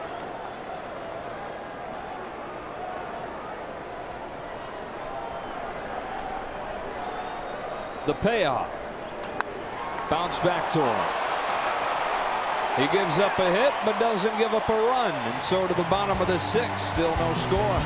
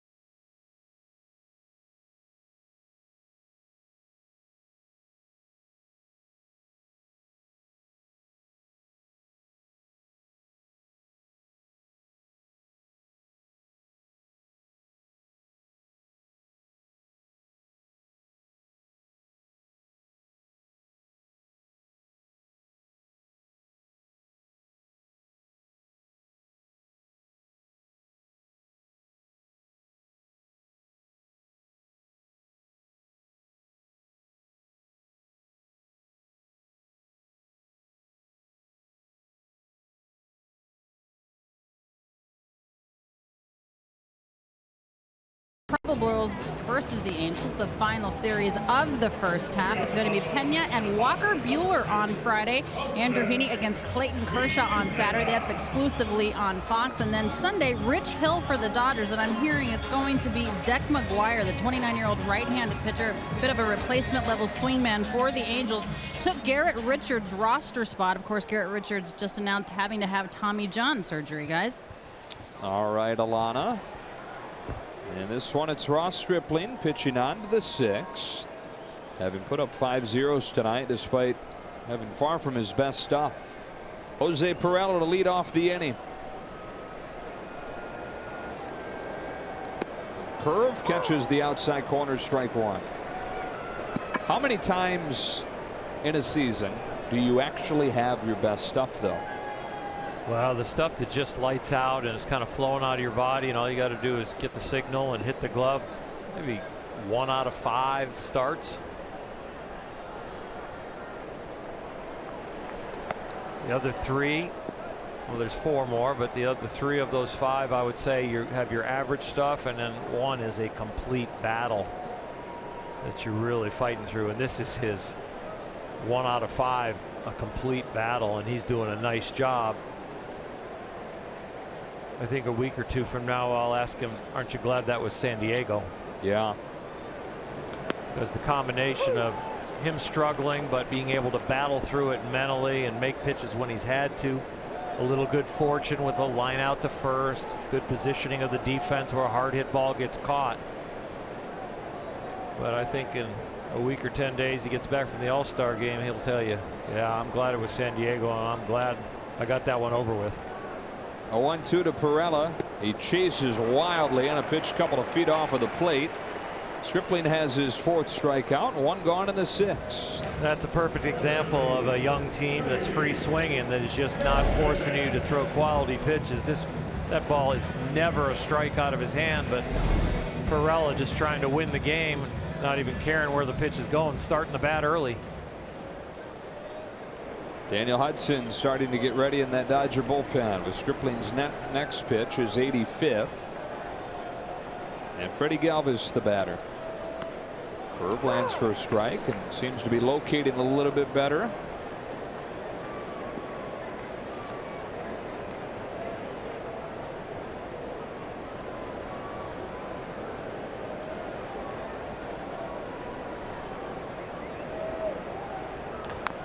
It's foul, and it's 0-2.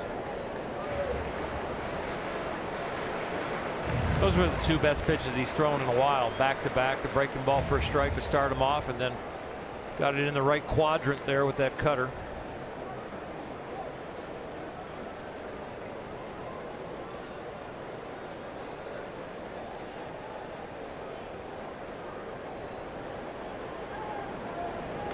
And another chase on a fastball above the letters. Back-to-back Ks to start the 6th.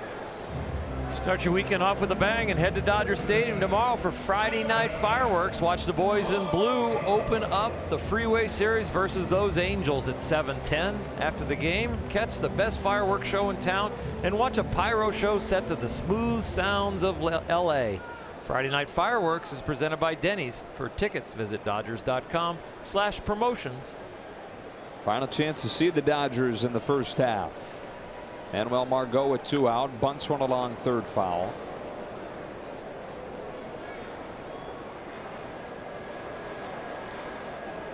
Now they say that what tends to set guys apart to that next level, that upper tier, is what they do on those nights where they don't have their best stuff. But usually when you're talking about that, you're talking about the average stuff, right? Those starts in the middle, the 3 of the 5. Because normally nights like this are the throwaways, not nights where you put up 5+ shutout innings. That curve's a strike, and it's 0-2.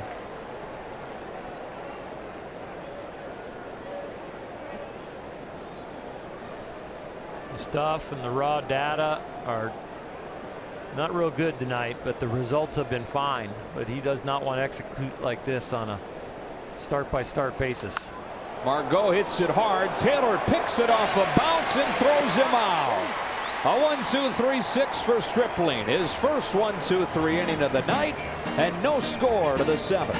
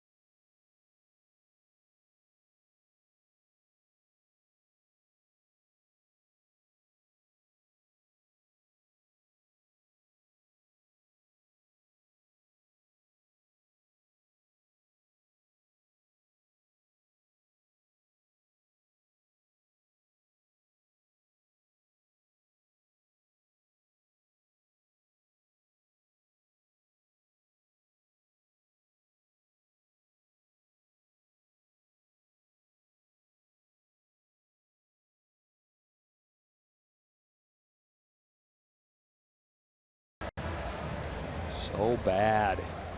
Gosh. 6 shutout innings on a night where he felt so bad. Well, he knows he was fortunate, but boy, he battled and he got some good fortune. And you know what? You take it and you go, okay, I'll make my adjustments, but I am so glad the team still got a chance to win, and so does he.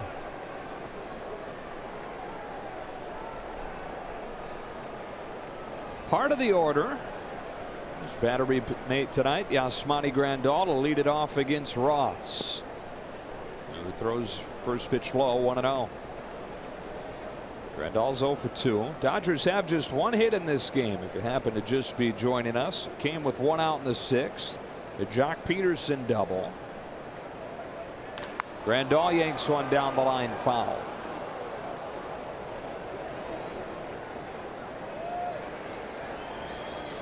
That's Craig Stammen.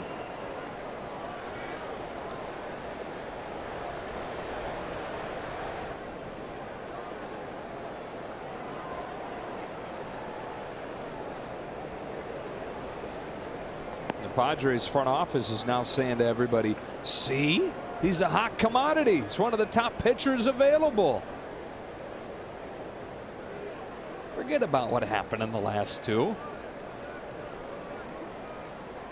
3-1. I think he's going to have more than 1 good outing to raise the scouts' expectations and their reports. But it's a start.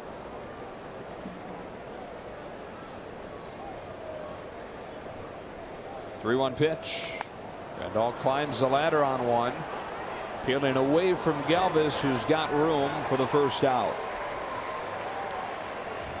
Tomorrow on an all-new Backstage Dodgers, go behind the scenes as Kenley Jansen and Matt Kemp find out they've made the 2018 NL All-Star team. Plus, Max Muncy is mic'd up for batting practice in Anaheim.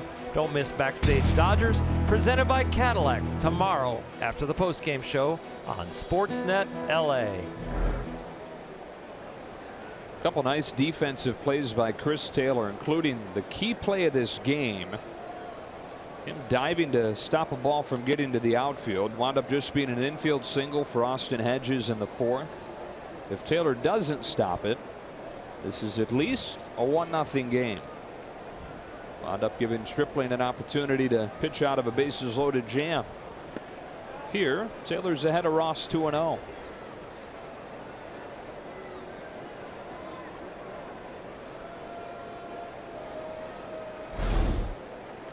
This was a beauty, and it saved a run.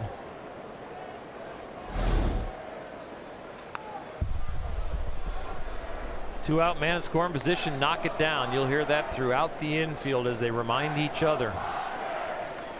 Chris Taylor got the job done.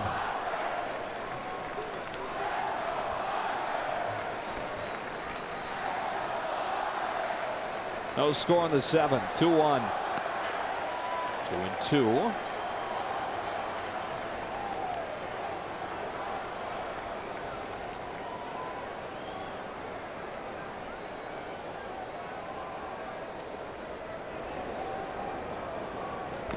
Got a piece, stayed alive.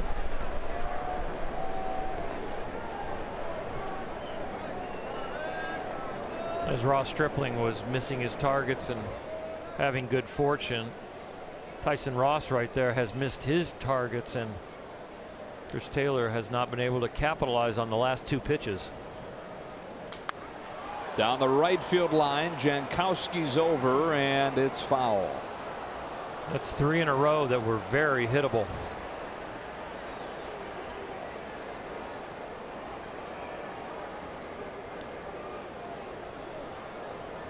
You really can analyze each at bat now on how many mistakes a hitter sees or how many pitches a pitcher makes, because this thing could end or swing one way or the other on one of those mistakes. Another 2-2.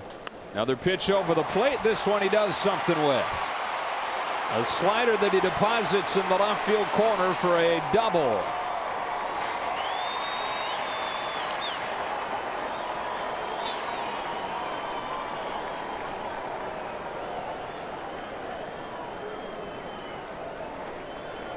Three of them. One Chris swung through, one he kind of looked at, another one he fouled off, and that one in the middle a little bit lower, got the head out and drove it down the line.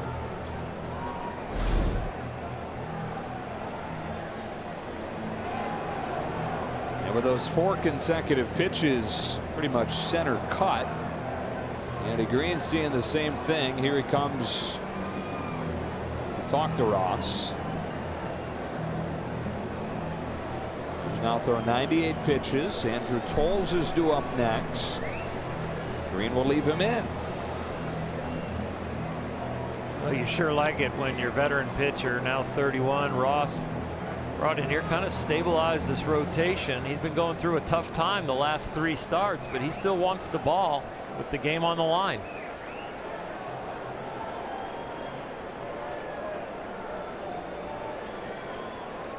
Toles with 1 out.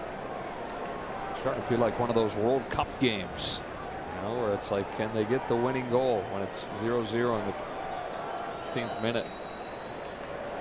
That wrapped around the plate, and it's 1-0. Let's not go to penalty kicks at the end, because I want to get home to LA a decent hour. And that's just not good for the heart and the blood pressure. Then you get home after a big exciting game and you can't go to sleep. The 1-0, and Toles fouls it off, 1-1. No shin guard, but same foot, gets attacked. Tolesley hobbling around.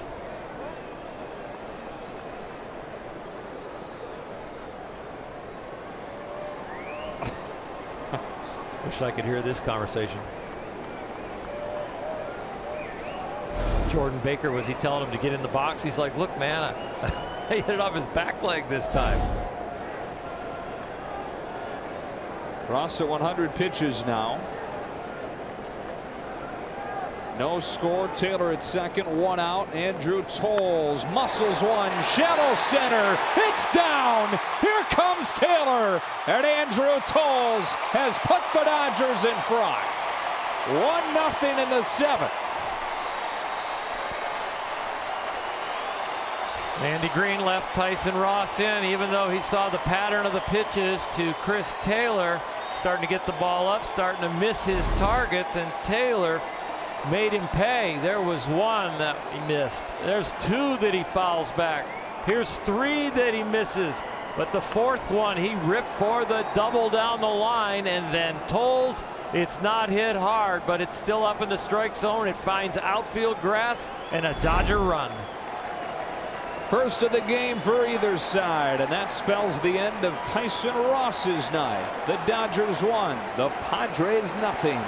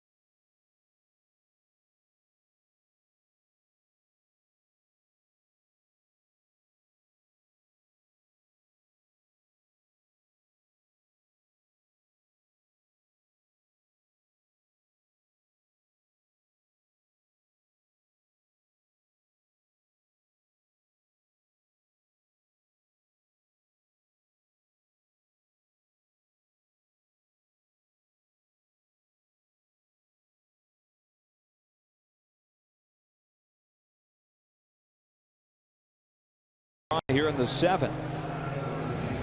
Who's in, who's out, brought to you by In and Out. Craig Stammen comes on with Toles at first and 1 gone for Kike Hernandez. Dodgers knocked him around in an inning he worked in this series. Gave up a run on 3 hits. It was an Ernie.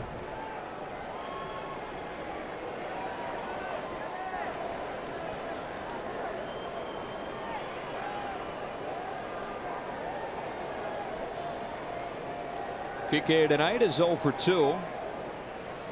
Now facing the Padres bullpen and taking ball 1. And of course, who's in position to win this game? So bad, Ross Stripling, as he put it. Not sure what that's all about. That is not a camera trick. What was that?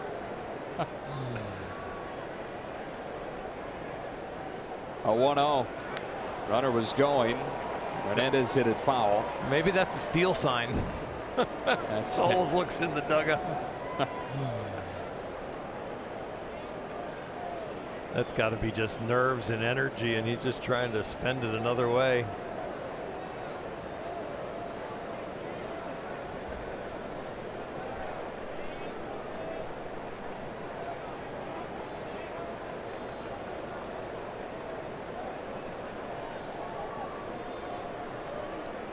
I can just imagine what our Dodger Vision guys at home are going to do with that video. That rides in and gets Hernandez. It's like on the hand or wrist. First and second with 1 out. So many tiny bones in that area.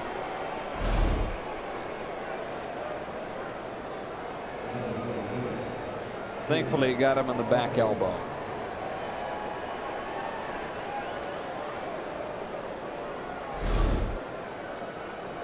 Easy for me to say, but that is desirable over somewhere closer to a hand. If you got to get hit, rather have it be on a big bone than the little tiny bones. Yeah. Can take it. It's probably like the funny bone right there, right? Not too funny, is it, Oral? Nope. Why do they call it the funny bone? I don't know. 6th sense of humor. Makes your arm go numb. Chase Utley, 2 on 1 out. It's right up there with why do they call it the foul pole? Right. Ball hits it, it's fair.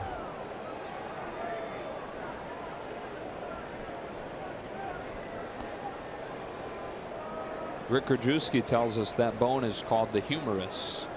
And so I guess that's where funny bone comes from. Thank God Rick's here. I know. It's that guy and doctor. Tailing strike. According to Jordan Baker. Matt Kemp. And the pitcher's spot due next on deck.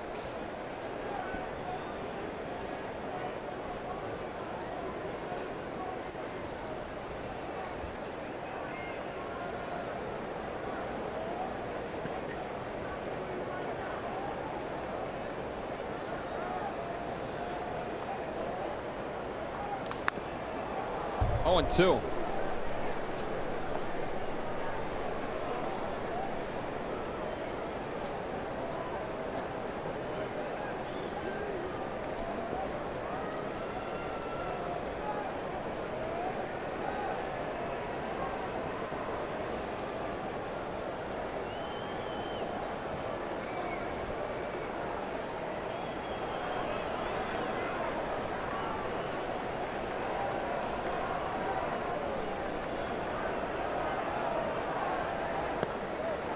That one got him. Chase Utley does it again. Not a bad pitch. But oops, my knee's there. Andy Green's going to come out and argue with Jordan Baker that he stuck that knee out there. Well, the league knows that Chase is an intimidating factor when in the box, that he will lean in there. But on this one, he's getting ready to swing and compressing his legs, but then just kind of leaves it there. Oops. Yeah. And at some point you don't pick up the ball, and at some point you happen to get hit. It's coming out because Dave Roberts is pinch running for him, not because any decision has been changed. Logan Forsythe. Chase has said that through the years, as he's gotten hit more than anybody ever, that those are the ones that he's had to get used to. Those ones down around the knee and the ankles. That fights human nature to just sit in there and take those. But he does, and he brings up the best in baseball with runners in scoring position. Matt Kemp with the bases loaded.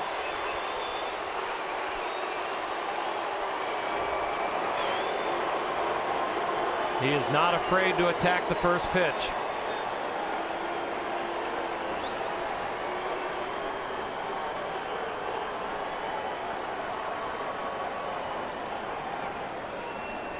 Here it is. Strike one.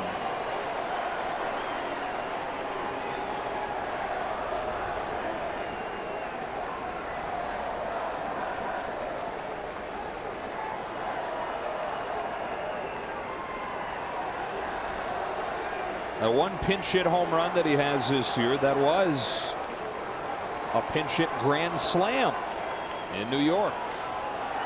On an 0-1. Hard ground ball, base hit into left field for Matt Kemp.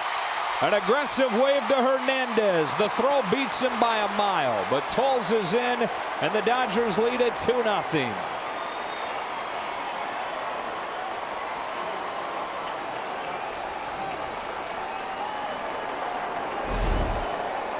Matt Kemp comes through. He laces this ball through the 6th hole. And then it's up to Will Myers to cut down the 2nd run. They do get aggressive. Will Myers hits his target. A lot of times he's not as accurate as most outfielders, and I think Chris Woodward was betting on that and the strength of his arm, but he made a solid throw.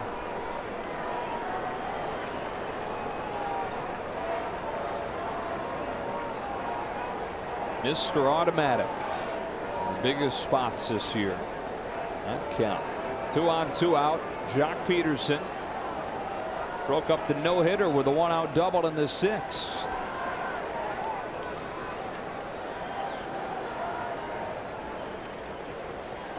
Broke up the no-hitter and broke up the 0 for 20 slide.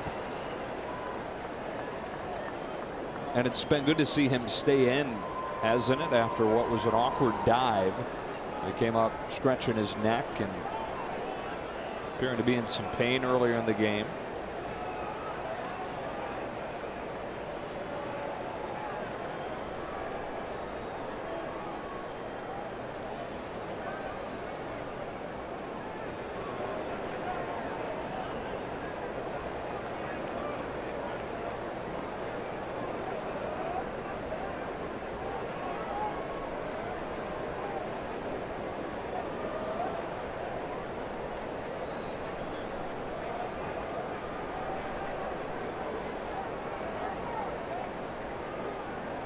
Here's an 0-1 pitch. Jock Peterson hits one into right. That's a base hit. Logan Forsythe comes home without a throw as it goes to third. Late on Kemp. 3-0.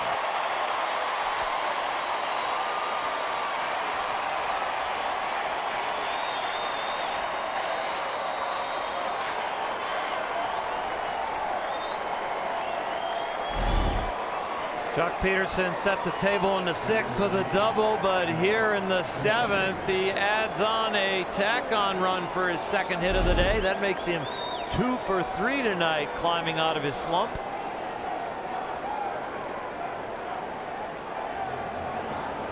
Craig Stammen's night is a short one. Andy Green ready for a double switch. Franmil Reyes is going to come in the game defensively, replacing Manuel Margot, who made the last out of the 6th inning. So you can put Reyes into the pitcher's spot, which is due up 2nd in the bottom of this inning. And we'll see who's coming in to replace Stammen.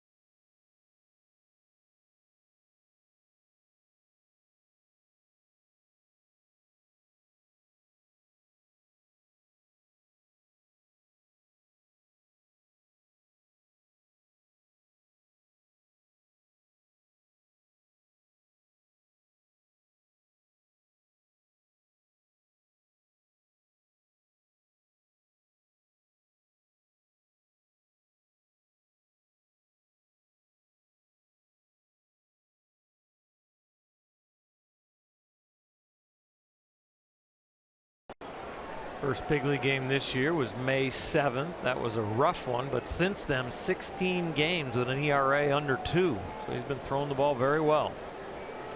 Muncy, the 8th man to bat in the inning. Turns his shoulder on a big breaker for a strike.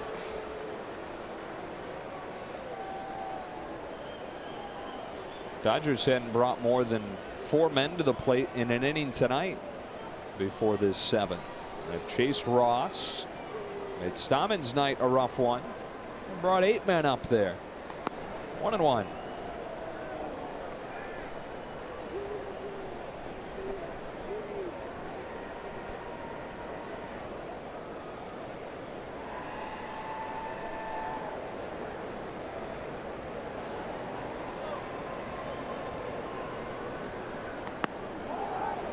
Two on one.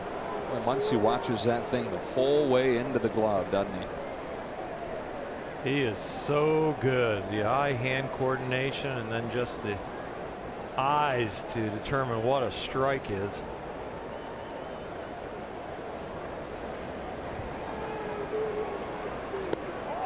Same thing, ball 3. You know, left on left, he reminds me of Seager. Well, Seager can really hang in on a lefty, and he doesn't really care if it's a lefty or a righty.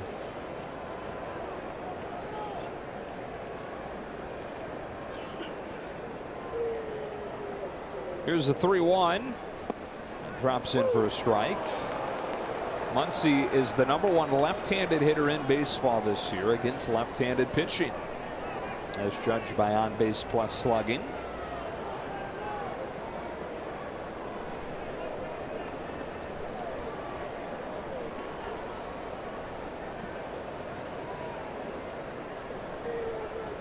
Runner goes on ball 4.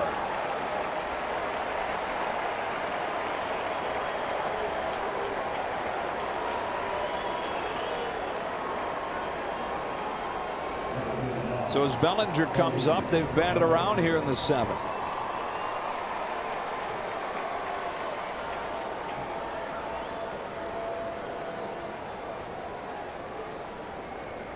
A chance to really break things open.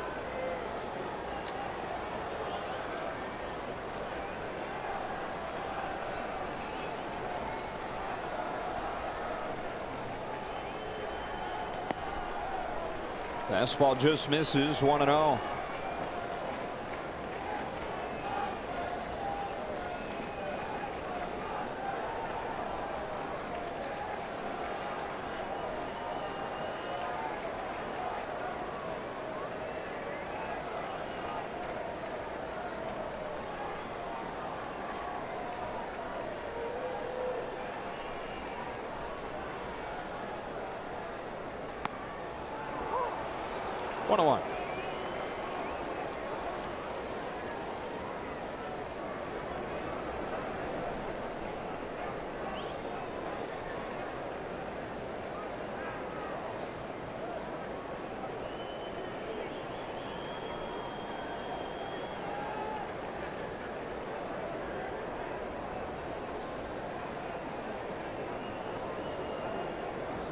Rom to Bellinger with a 1-1. Cody swings through it 1-2.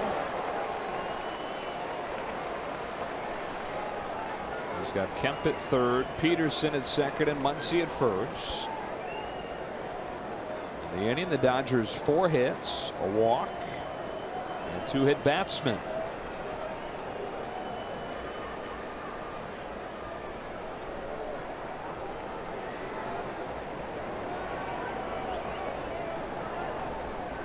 Strom lets the 1-2 fly and strikes Bellinger out with a fastball, turning it up to 96, his hardest pitch of the inning. But the Dodgers break through with a 3 spot, and we stretch in San Diego.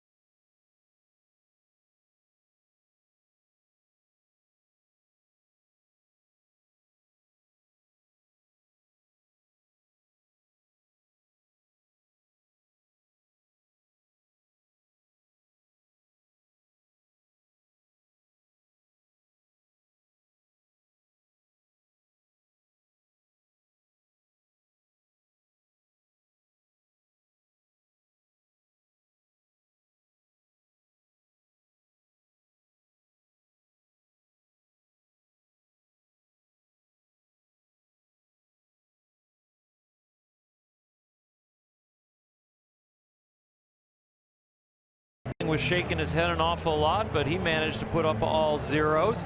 And then the Dodger offense took a while tonight to get going, but by the time they did, it looked like pretty good there. Batting around in the 7th, putting up a 3 spot, and still have Stripling in line to get the W. As we go to the bottom of the 7th, Ross Stripling or Logan Forsythe after pinch running for Chase Utley is in the game at second. And Daniel Hudson is on to pitch. Daniel Hudson back in the limelight in the pressure innings, consistently now trusting his fastball, spinning the breaking ball, whether he needs to walk a right-handed hitter off the plate or throw it for a strike.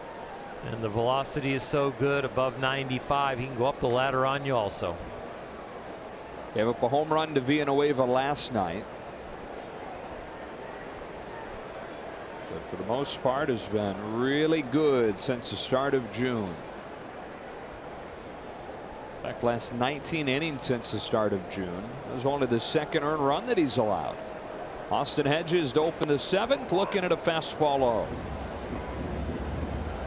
Pedro Mora did a nice job for the Athletic digging in on exactly what had happened with Daniel Hudson's ejection at Dodger Stadium this week, which, by the way, was Hudson's first ejection of his baseball life.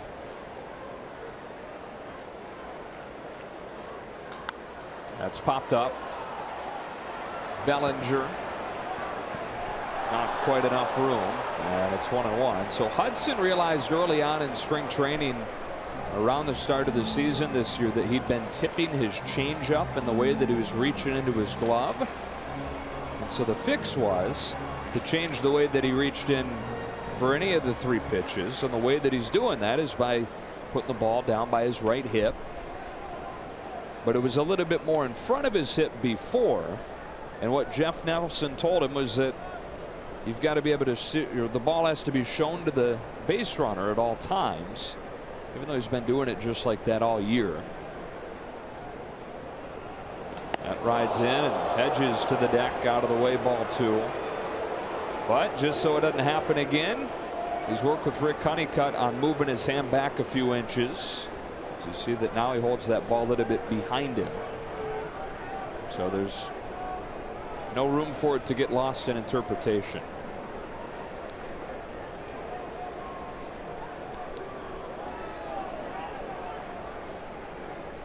Two one.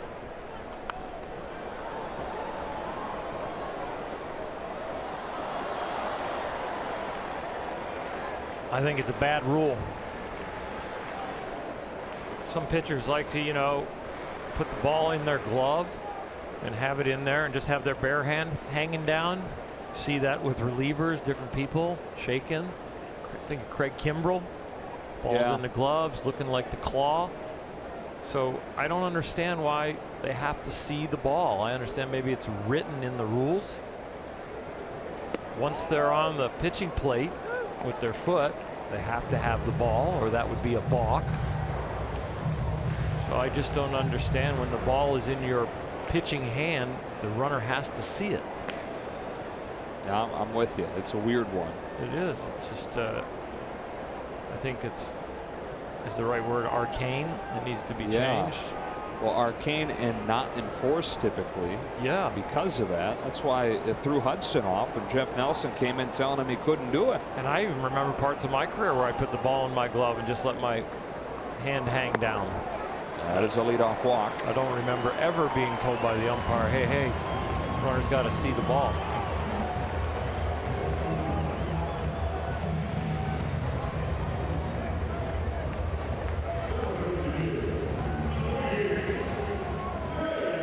And now Franmil Reyes, who entered in the double switch last inning.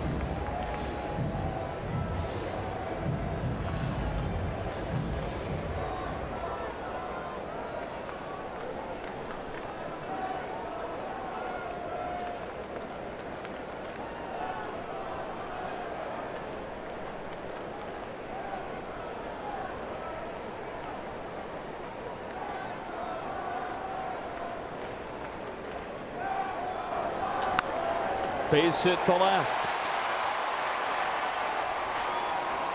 And the Padres have the tying run with the top of the order coming up. at the plate, and nobody out. Reyes hits it hard, and he finds the same hole that Matt Kemp did.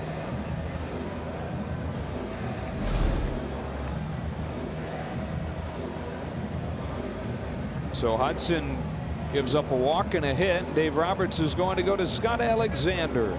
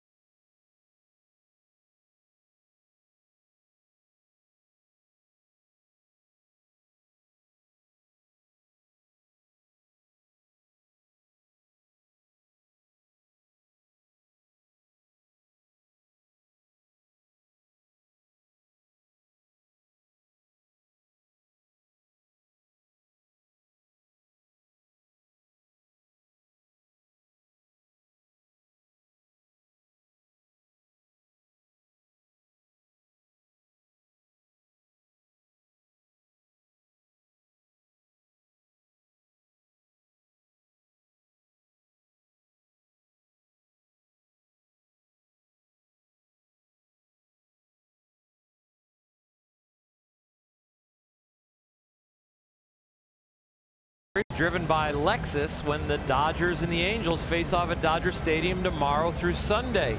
That's the last time you can see the Dodgers until July 30th when they come home to face Milwaukee. They go on a long road trip after the All-Star break. So for tickets, visit Dodgers.com/tickets.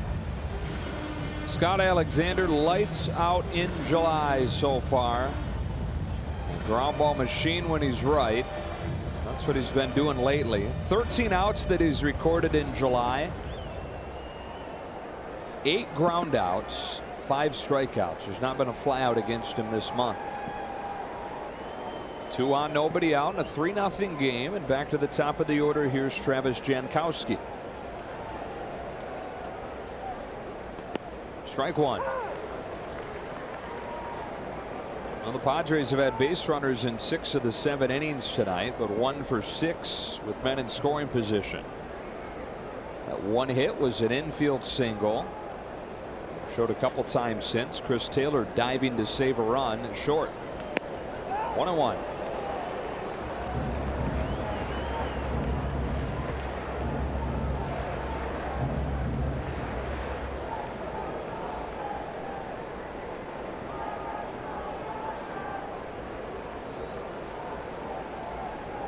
Travis Jankowski. It's a bouncing ball along first, strike 2.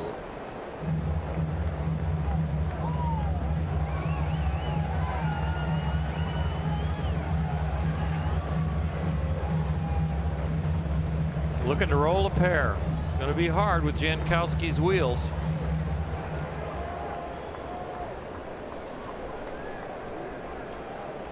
Ground ball up the middle. Chris Taylor running towards the bag at second could get it done.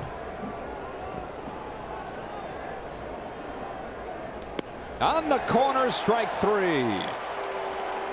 He doesn't pull the trigger that often on the slider, but when he does, if he executes it, it will lock people up. They are so expecting the sinker over and over and over again. You see the sinker from Scott Alexander, but pull the trigger on the breaking ball and hit the corner, you are out. Andy Green sends up Carlos or Christian Villanueva. Representing the tying run, elects to send the pop up there instead of Carlos Suaje. Villanueva has punished left-handed pitching this season. Homered last night against Hudson. Here he grounds one foul, and it's 0-1.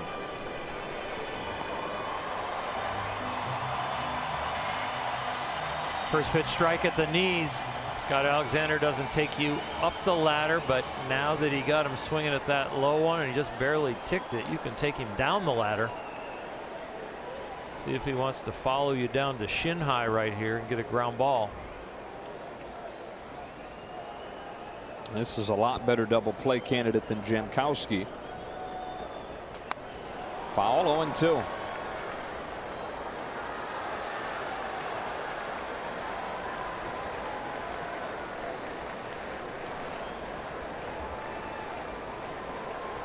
Scott Alexander just turned 29 this week, and his second full season in the majors. You can still call it that, even with the week and a half or so that he spent in AAA. He fires 0-2, and he's got back-to-back Ks to start his night. On back-to-back sliders to finish him off. This one's not a strike, but it sure got outstanding break and late. Looks like that Clayton Kershaw back foot buried slider. Sure did. That was very sharp and one of the bigger sliders I've seen Scott throw. Not out of the woods yet. Will Myers.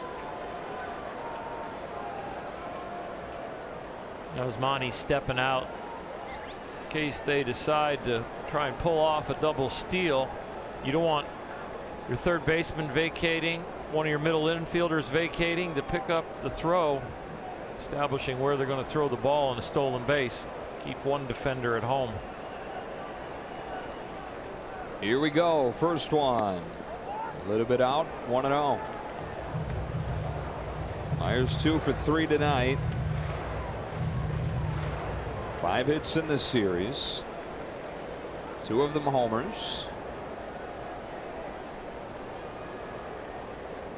Subconsciously, his hits have been to left field, and if he has that image against Scott Alexander, he should paint low and away as much as he can. How's that? That's perfect. The last at bat that Myers had was off a stripling, and they got him to roll over a slider away. This same location, same type of break, right-handed slider or left-handed two-seamer moving away from him that he's trying to pull.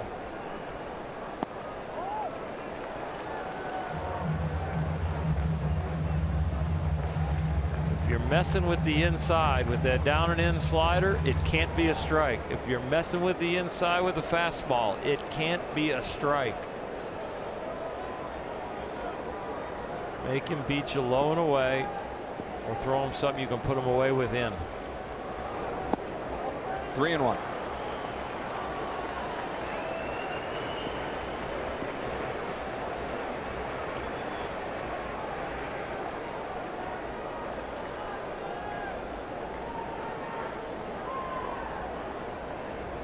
Hosmer waits on deck. 3-0 in the 7th.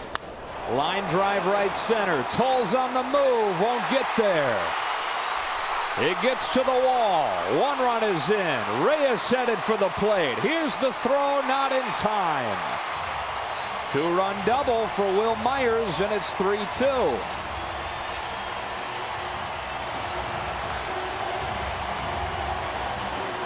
It's a really good piece of hitting to take the sinkers that are too far down for balls to get to a count where he's going the same place.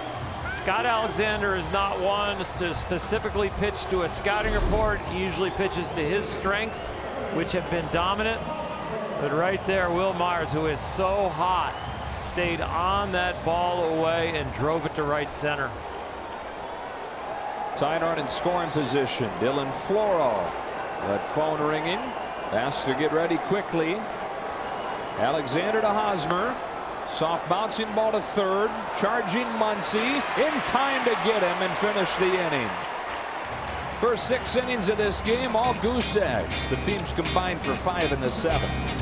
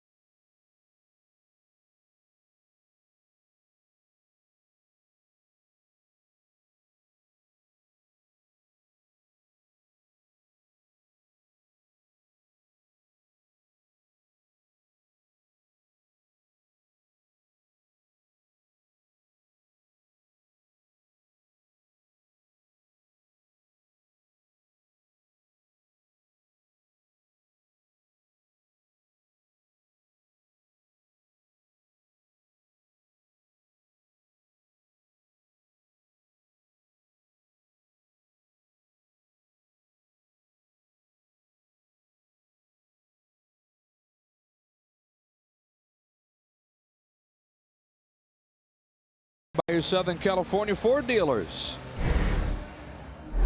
All right, thanks, Joe. Two of the Dodgers' three All-Stars playing big roles so far tonight. Ross Stripling, 6 scoreless, and Matt Kemp, a huge pinch hit RBI single, possibly setting the stage, Jerry, for the third All-Star, Kenley Jansen. Let's hope so. Great night so far for Tozy, Strip, and Matt Kemp. Jay Hared-Nomar will break it down after the game. Dodgers trying to take over sole possession of first in the West. Yasmani Grandal batting right-handed for the first time tonight. Thanks, John. The left-handed pitcher on the mound. Leading off this 8th.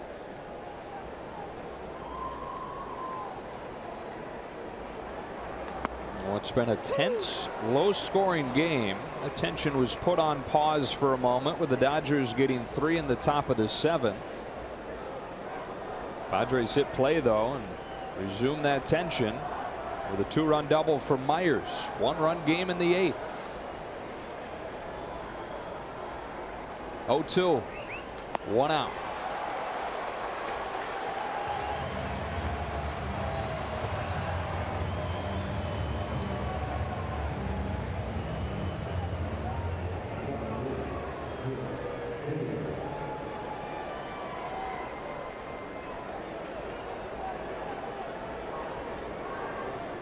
Good all-around night for Chris Taylor. He's got a walk, he's got a double, he's got a run, and he's played some big-time defense. Not just good plays, but important plays.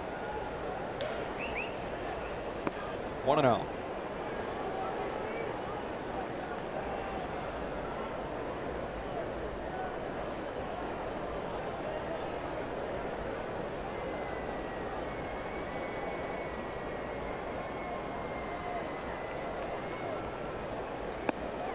Two balls, no strikes.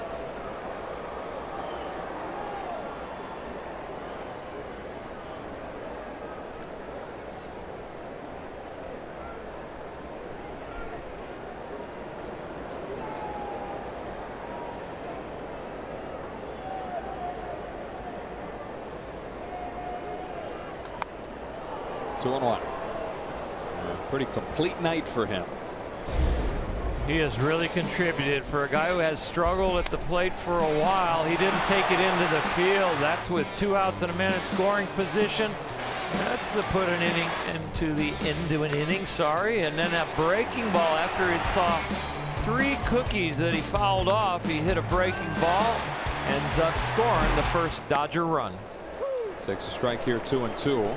You see all the things that he does there, and then it's no wonder that he ranks very favorably when it comes to the all-encompassing wins above replacement. Among Dodger position players, only Max Muncy has been more valuable by that stat this year. On a 2-2. Swings through it, strike 3.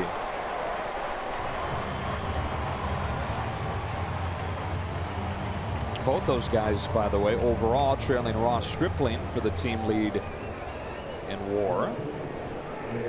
Andrew Tolles comes up, and I think it's always still worth telling you what WAR means very simply. Wins above replacement. It's just an all-encompassing stat to try and put a value on a player. The number that it spits out is telling you how many wins better than your average AAA level replacement player that particular guy's worth. So if you got a 2 WAR, 2 wins better than the average replacement guy. And you could have long discussions about what that is, and I'm just over here bobbing my head around. I don't want to get in the long discussion. We can't. There's 2 out. We're protected. Exactly. 1-1 on Tolles. I think that's where there's a breakdown in the understanding, like the overall acceptance of it. Is just, it's hard to define an arbitrary replacement level player. Soft ground ball. Strahm pounces off the mound and finishes a 1-2-3/8 on 11 pitches. 3-2 to the bottom of the 8th here in the finale in San Diego.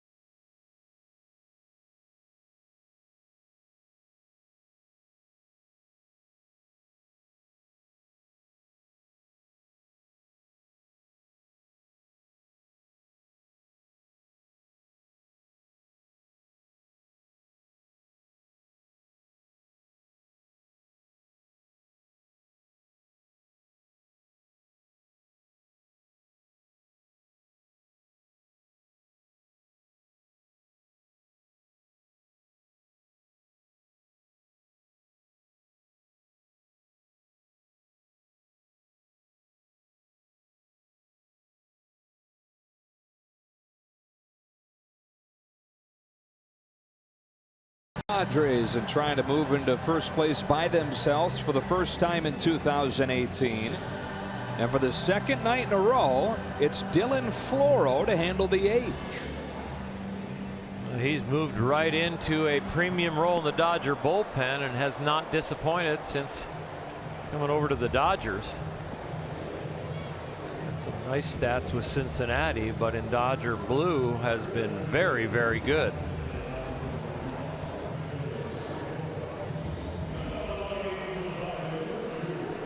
There's so many pieces on the disabled list still, guys that have all handled the eighth inning at one point or another. At this point, it's the newest Dodger that is getting those biggest spots in front of Kenley Jansen. And last night in particular, it's easy to see why they're trusting him in these spots. Jose Pirela to lead it off. The narrowest of margins in the eighth as Floro goes to work and misses with his first pitch.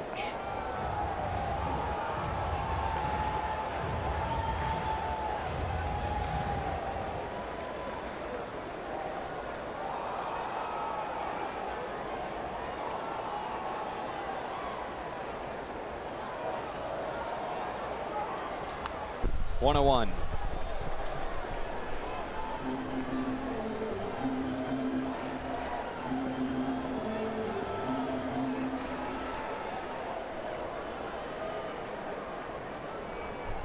Former Ray, former Cub, former Red. Less than a full season with all three of those organizations, at least at the big league level. Trying to find a home in LA. A little bit up on Pirela, and it's 2-1.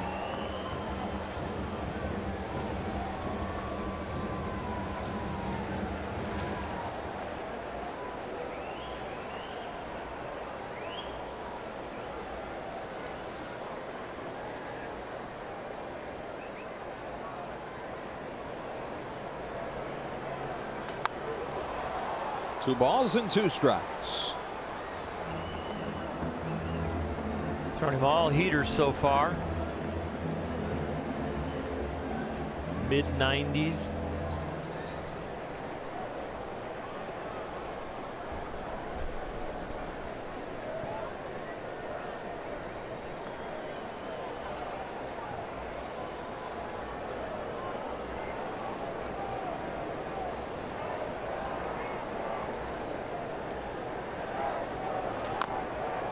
Lot of movement on that 95. Pirela does well to get a piece. Still 2 balls and 2 strikes.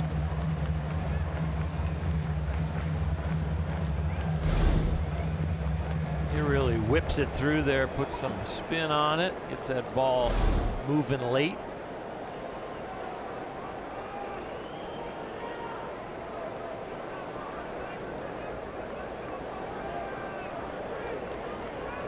Floro to Pirela with another 2-2. Reaches out and slaps a bouncer to Forsythe. Wide throw, but Bellinger makes the catch for the first out.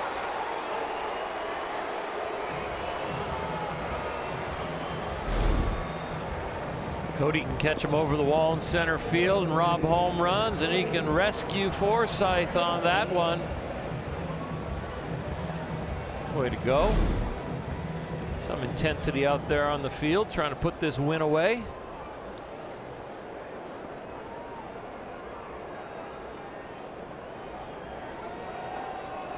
One out for Galvis.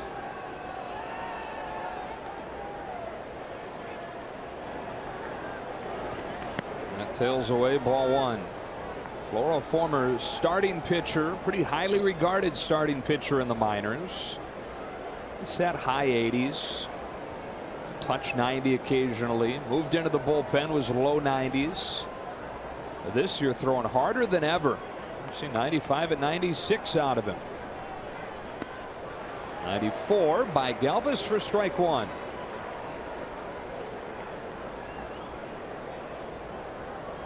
Talked about it the other night when he came in, but I think the ball gets on you in a hurry. He hides it real well. A little bit of a herky jerky unorthodox delivery. Kind of jumps at the hitter. Kenley Jansen.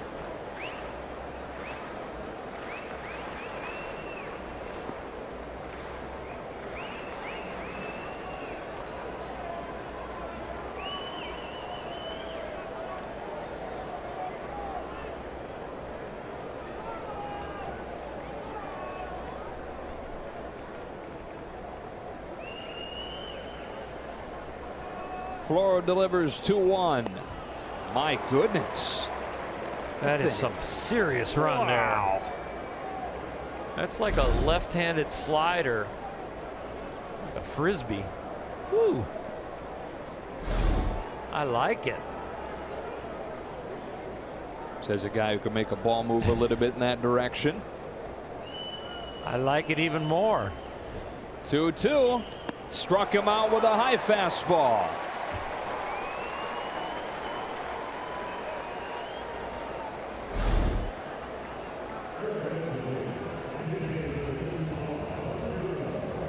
I don't think he intended to make that one run. I think he intended to keep that one a little straighter. And they're sending up a pinch hitter, Rafi Lopez, who's just called back up today. So Rick Honeycutt's going to take the information that he's got on Lopez to Floro. With 2 gone in the 8th inning in a 1-run game.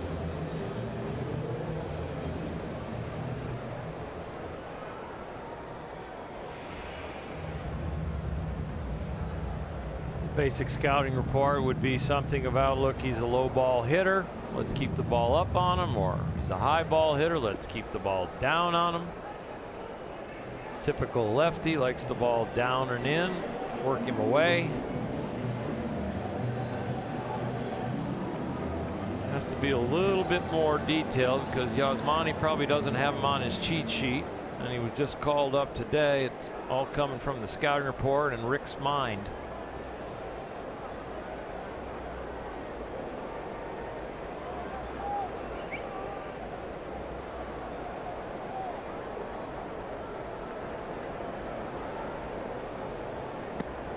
One ball and no strikes. Floro a year ago in the Cubs organization, he started in AAA. He was called up and sent back down 5 separate times and then designated for assignment.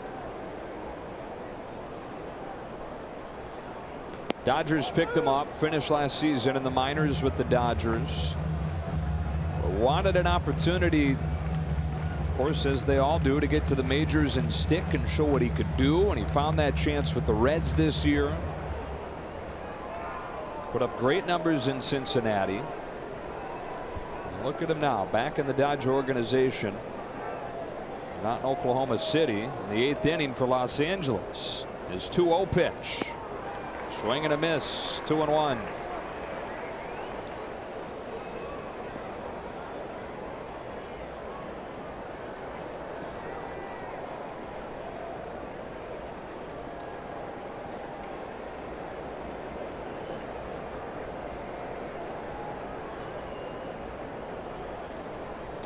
Boy, he just letting that fastball work, isn't he?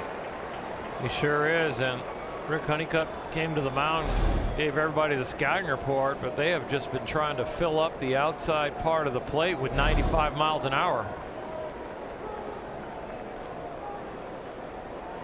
Now that they have 2 strikes, maybe he told them about a finish pitch. Stuck with a fastball.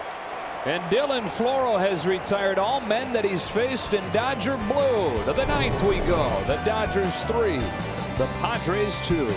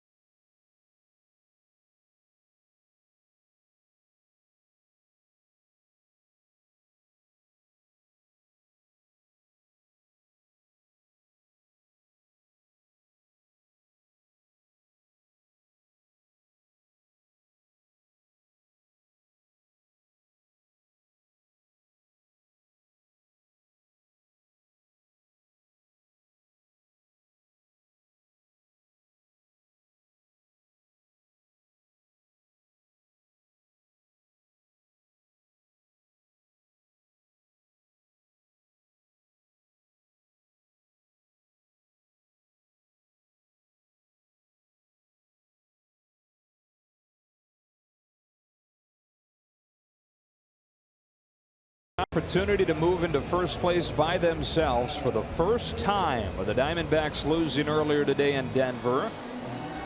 As the ninth inning begins, the Dodgers have a 3-2 lead. Let's check in with Alana. I asked Dave Roberts, guys, if they're paying attention to the NL West standings. He said, yeah, of course we pay attention, but we don't take too much time to look at it. To be at the top of the division by the break is the goal. It's what we expect, but it's not the most important thing in the world. If we play the way we're supposed to play over the course of these next 4 games, he said this during the pregame show, we will be at the top. Kike Hernandez leads off this inning against Adam Simber. Thanks, Alana, and swings over the first pitch. Strike one.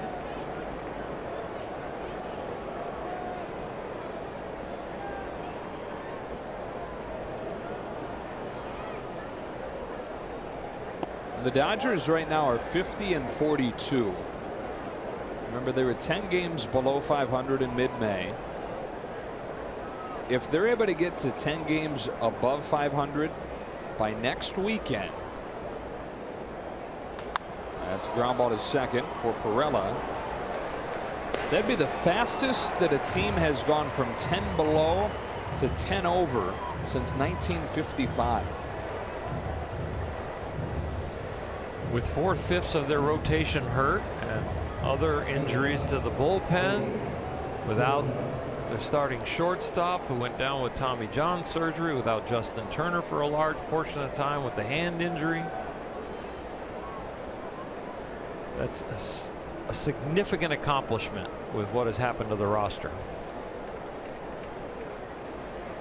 Logan Forsythe looks at a frisbee slider at the knees for a strike.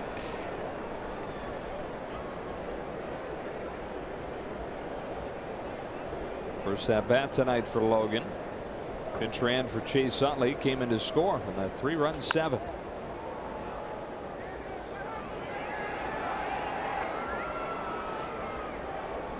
Good night for him last night. He had been desperate to get one of those.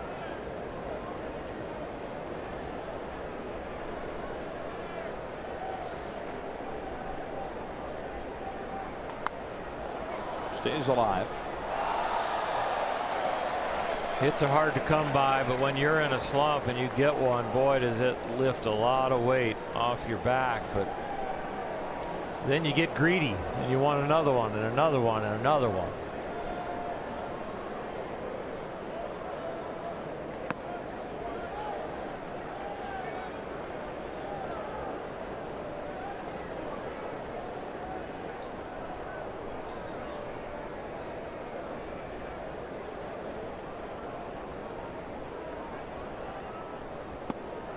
Strike 3 call. 2 out.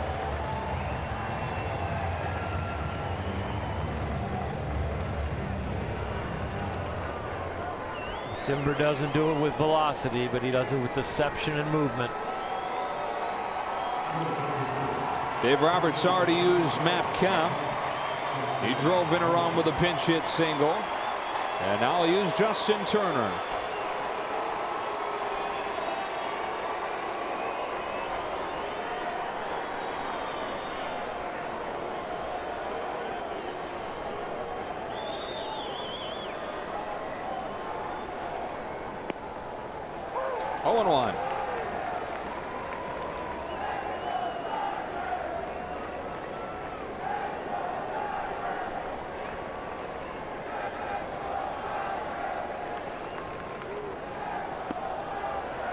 Missed a spot, but it was in there, and it's 0-2. The guy who's reached in 16 of his last 17 games, beginning with that game-winning home run in New York a few weeks back.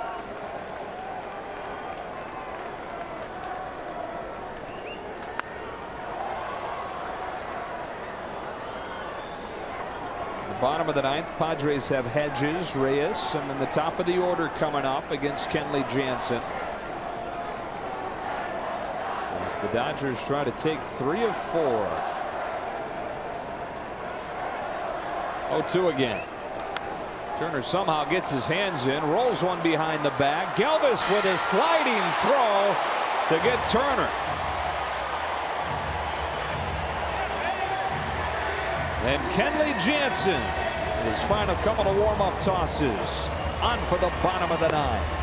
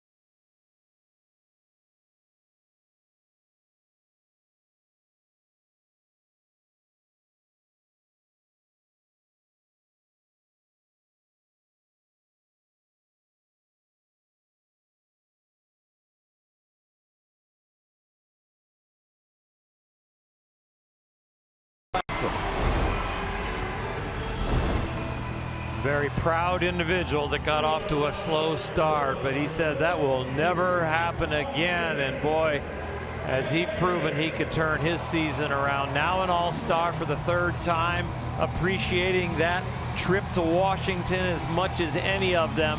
And Kenley Jansen is the best closer in the game and has a chance to lead the National League in saves if he can finish off the Padres right here. Got the save last night. Tonight, no room to wiggle. 3-2 the score after the Myers 2-run double in the 7th. To lead it off, Austin Hedges.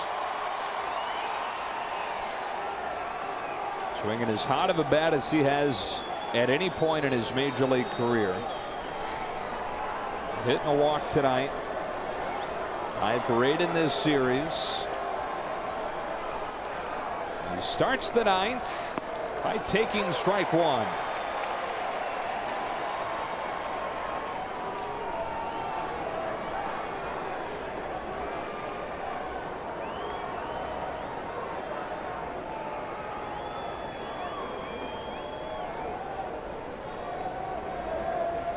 Quickly 0-2.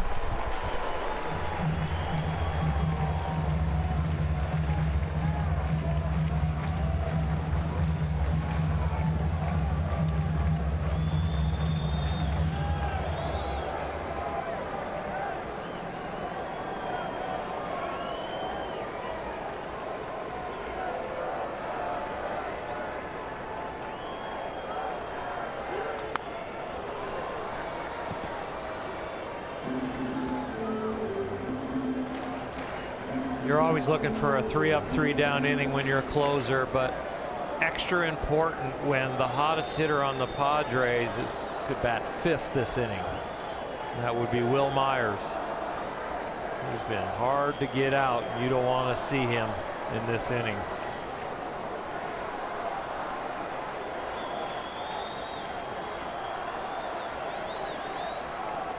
Jansen with another 0-2. 1 ball, 2 strikes.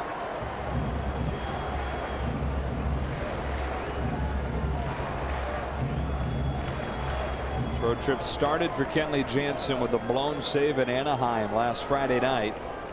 Trying to finish it though with saves in back-to-back nights.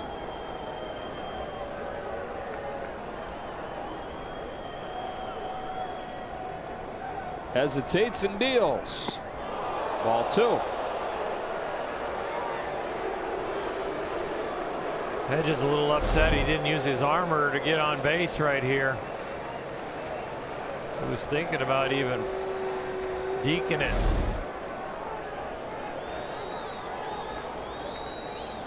Got to trick your brain.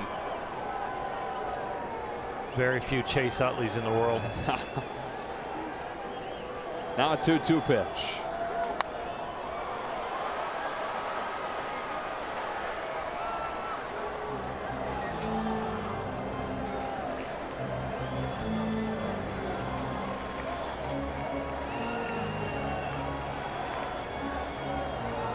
Austin Hedges making Kenley Jansen work.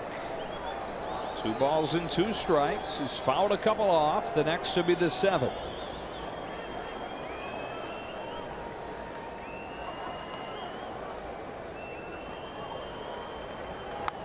Another foul ball.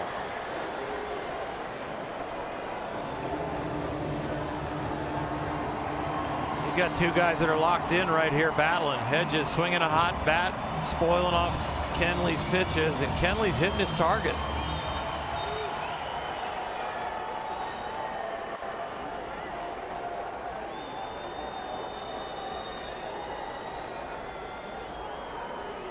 Yet another 2-2 pitch. Got him on this one for the first out of the 9. Kenley saved his best for last. Watch this pitch. It's a backup cutter. Had a little 2-seam action to it.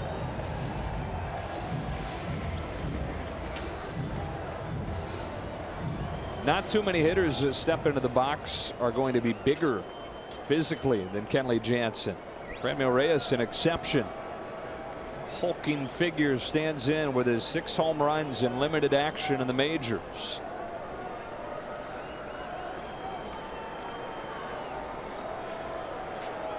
Jansen's first one, low and inside, 1 ball, no strikes. First time these two have faced.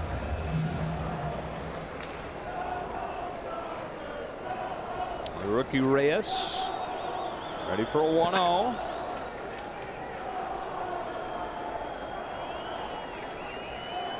Here comes strike 1.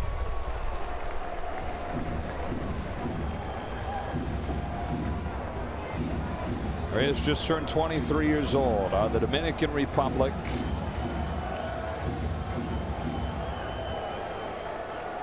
$15 home runs in AAA this year, 6 in the majors.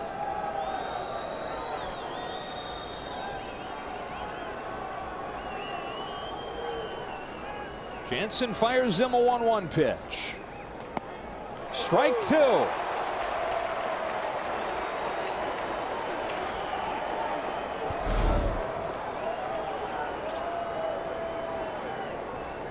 Hardest pitch he's thrown this inning. Kenley looking for the knockout.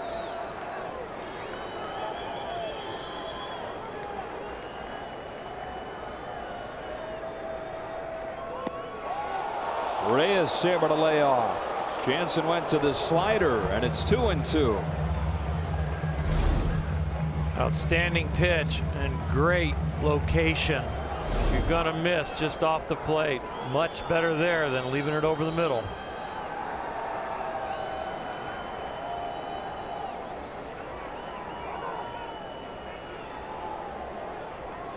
Kenley shook about 4 or 5 times, I think, to get to a fastball low and in.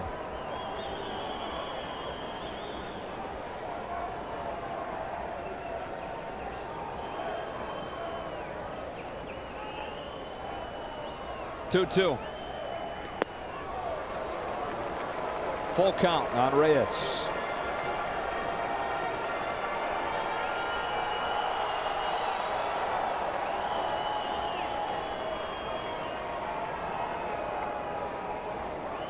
Strength against strength, or do you try and trick him with the slider? If you throw the slider, I'm not sure you want to throw it for a strike. Make it look like a strike, end up a ball. Risk the walk. Reyes able to get a piece of it to stay alive just barely. Strength against strength. That was a cutter, and it was well executed.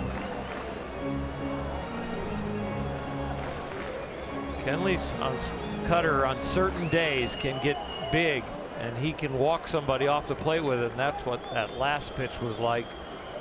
It was a strike on the outer half and ran all the way off the plate. Another 3-2.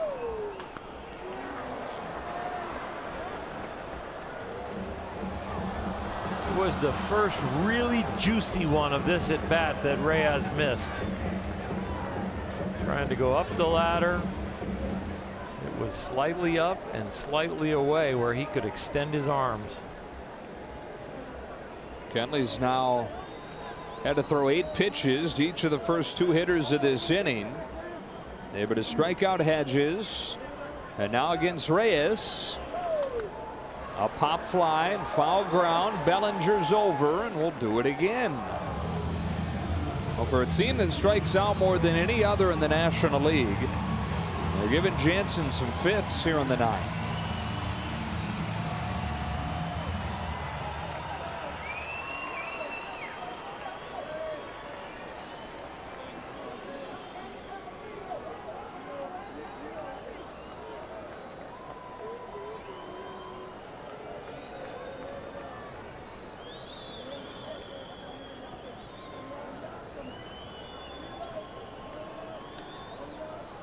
Another 3-2. He walked him.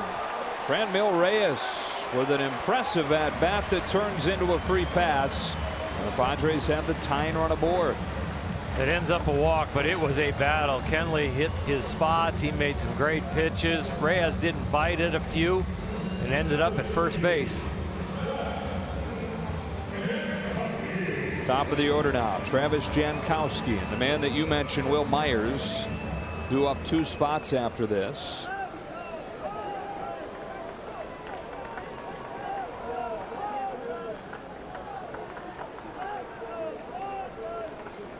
Jankowski's 0 for 4 tonight.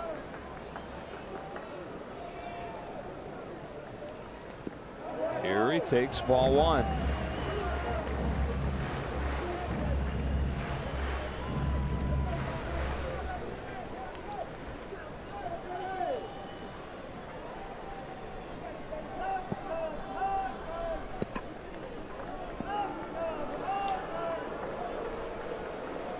Reyes, in case you're wondering, hasn't attempted a steal at any level this year.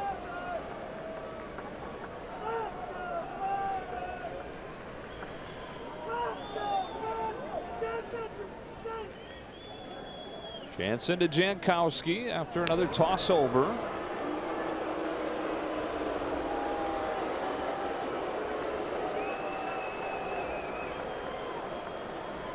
There is a reason to throw the ball to first base, even if you're not trying to hold the runner. You don't feel good about what you're doing towards home, and you just want to get a different feel, kind of reboot the computer.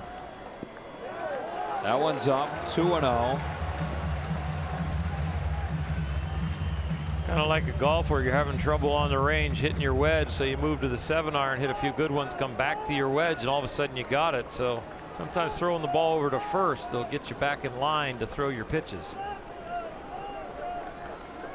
Jankowski 1 home run this year. On a 2-0 pitch from Jansen. Shows bunt, takes a strike, 2-1.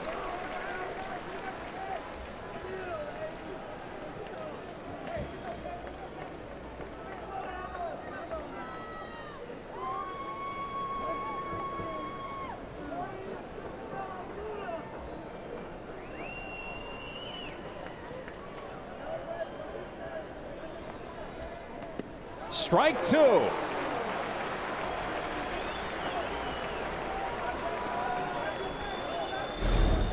He battled with Reyes, and Reyes worked the walk. Now he has battled back in the count with Jankowski and wants to finish him off. Villanueva's on deck. 1 gone, 9th inning. A 2-2 pitch from Kenley Jansen. And a pop fly down the left field line. Who wants it? Chris Taylor makes a running catch, 2 gone. Chris Taylor has been a Dodger highlight film tonight at the plate and in the field, saving another possible rally the Padres. He's in between. Is Jock going to get there or not? He becomes the captain, calls for it, and makes the catch.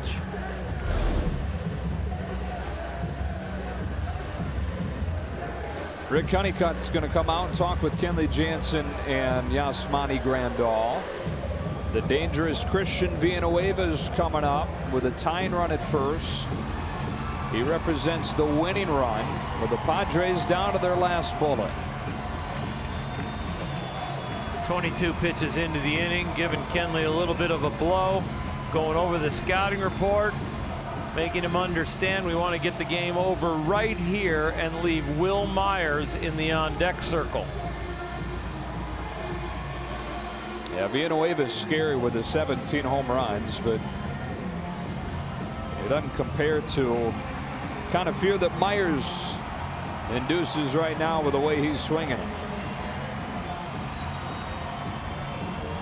Can face him again in August when the Padres come to Dodger Stadium next. The hardest 3 outs in baseball to record are the last 3 with a 1-run lead.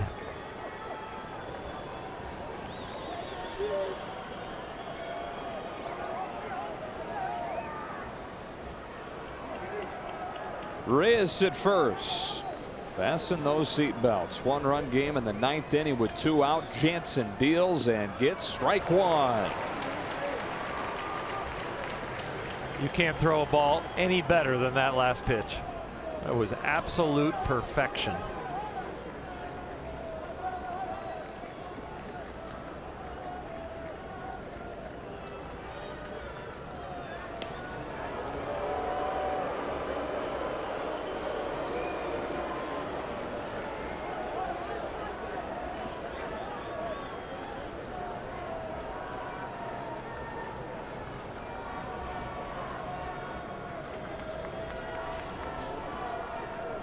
The 0-1 taken high. 1 ball and 1 strike.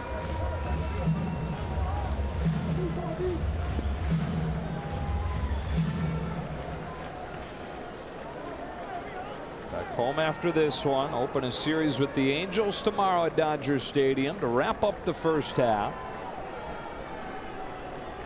On the verge of taking 3 of 4. If Jansen can get 1 more out. Behind Villanueva, 2-1.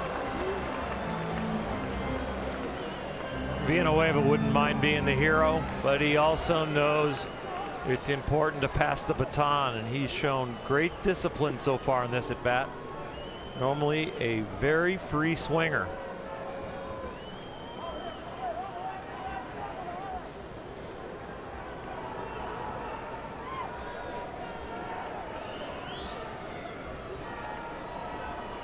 On a 2-1 pitch. He takes it for a strike, and it's 2-2 on a nice frame job by Grandal. First pitch of the at-bat was absolute perfection. High and away, right on the corner. That one catches just the top of the strike zone. Yasmani closing the glove, making it look a little bit lower than it was.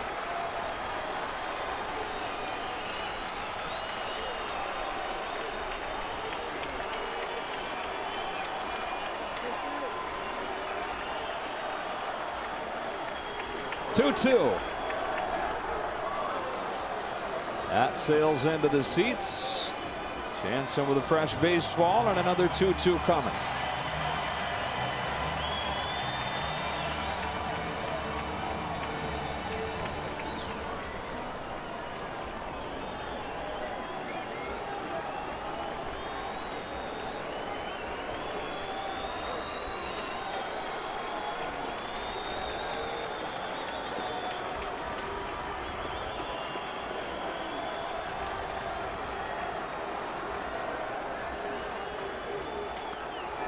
Fly down the right field line. That'll reach the seats as well. This night started with Ross Stripling really having to grind through 6 shutout innings.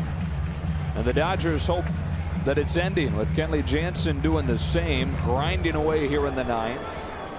Season high is 30 pitches. The next is his 29th. But a strike away from putting up 1 final 0 himself.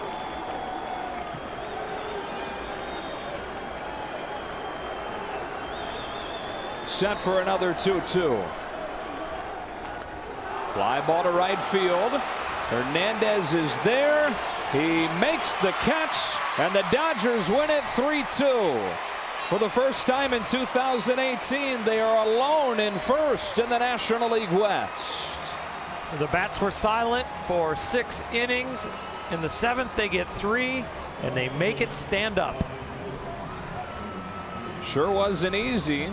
They wind up taking 3 of 4 from the Padres, a 4-3 road trip, and the player of the game in this one brought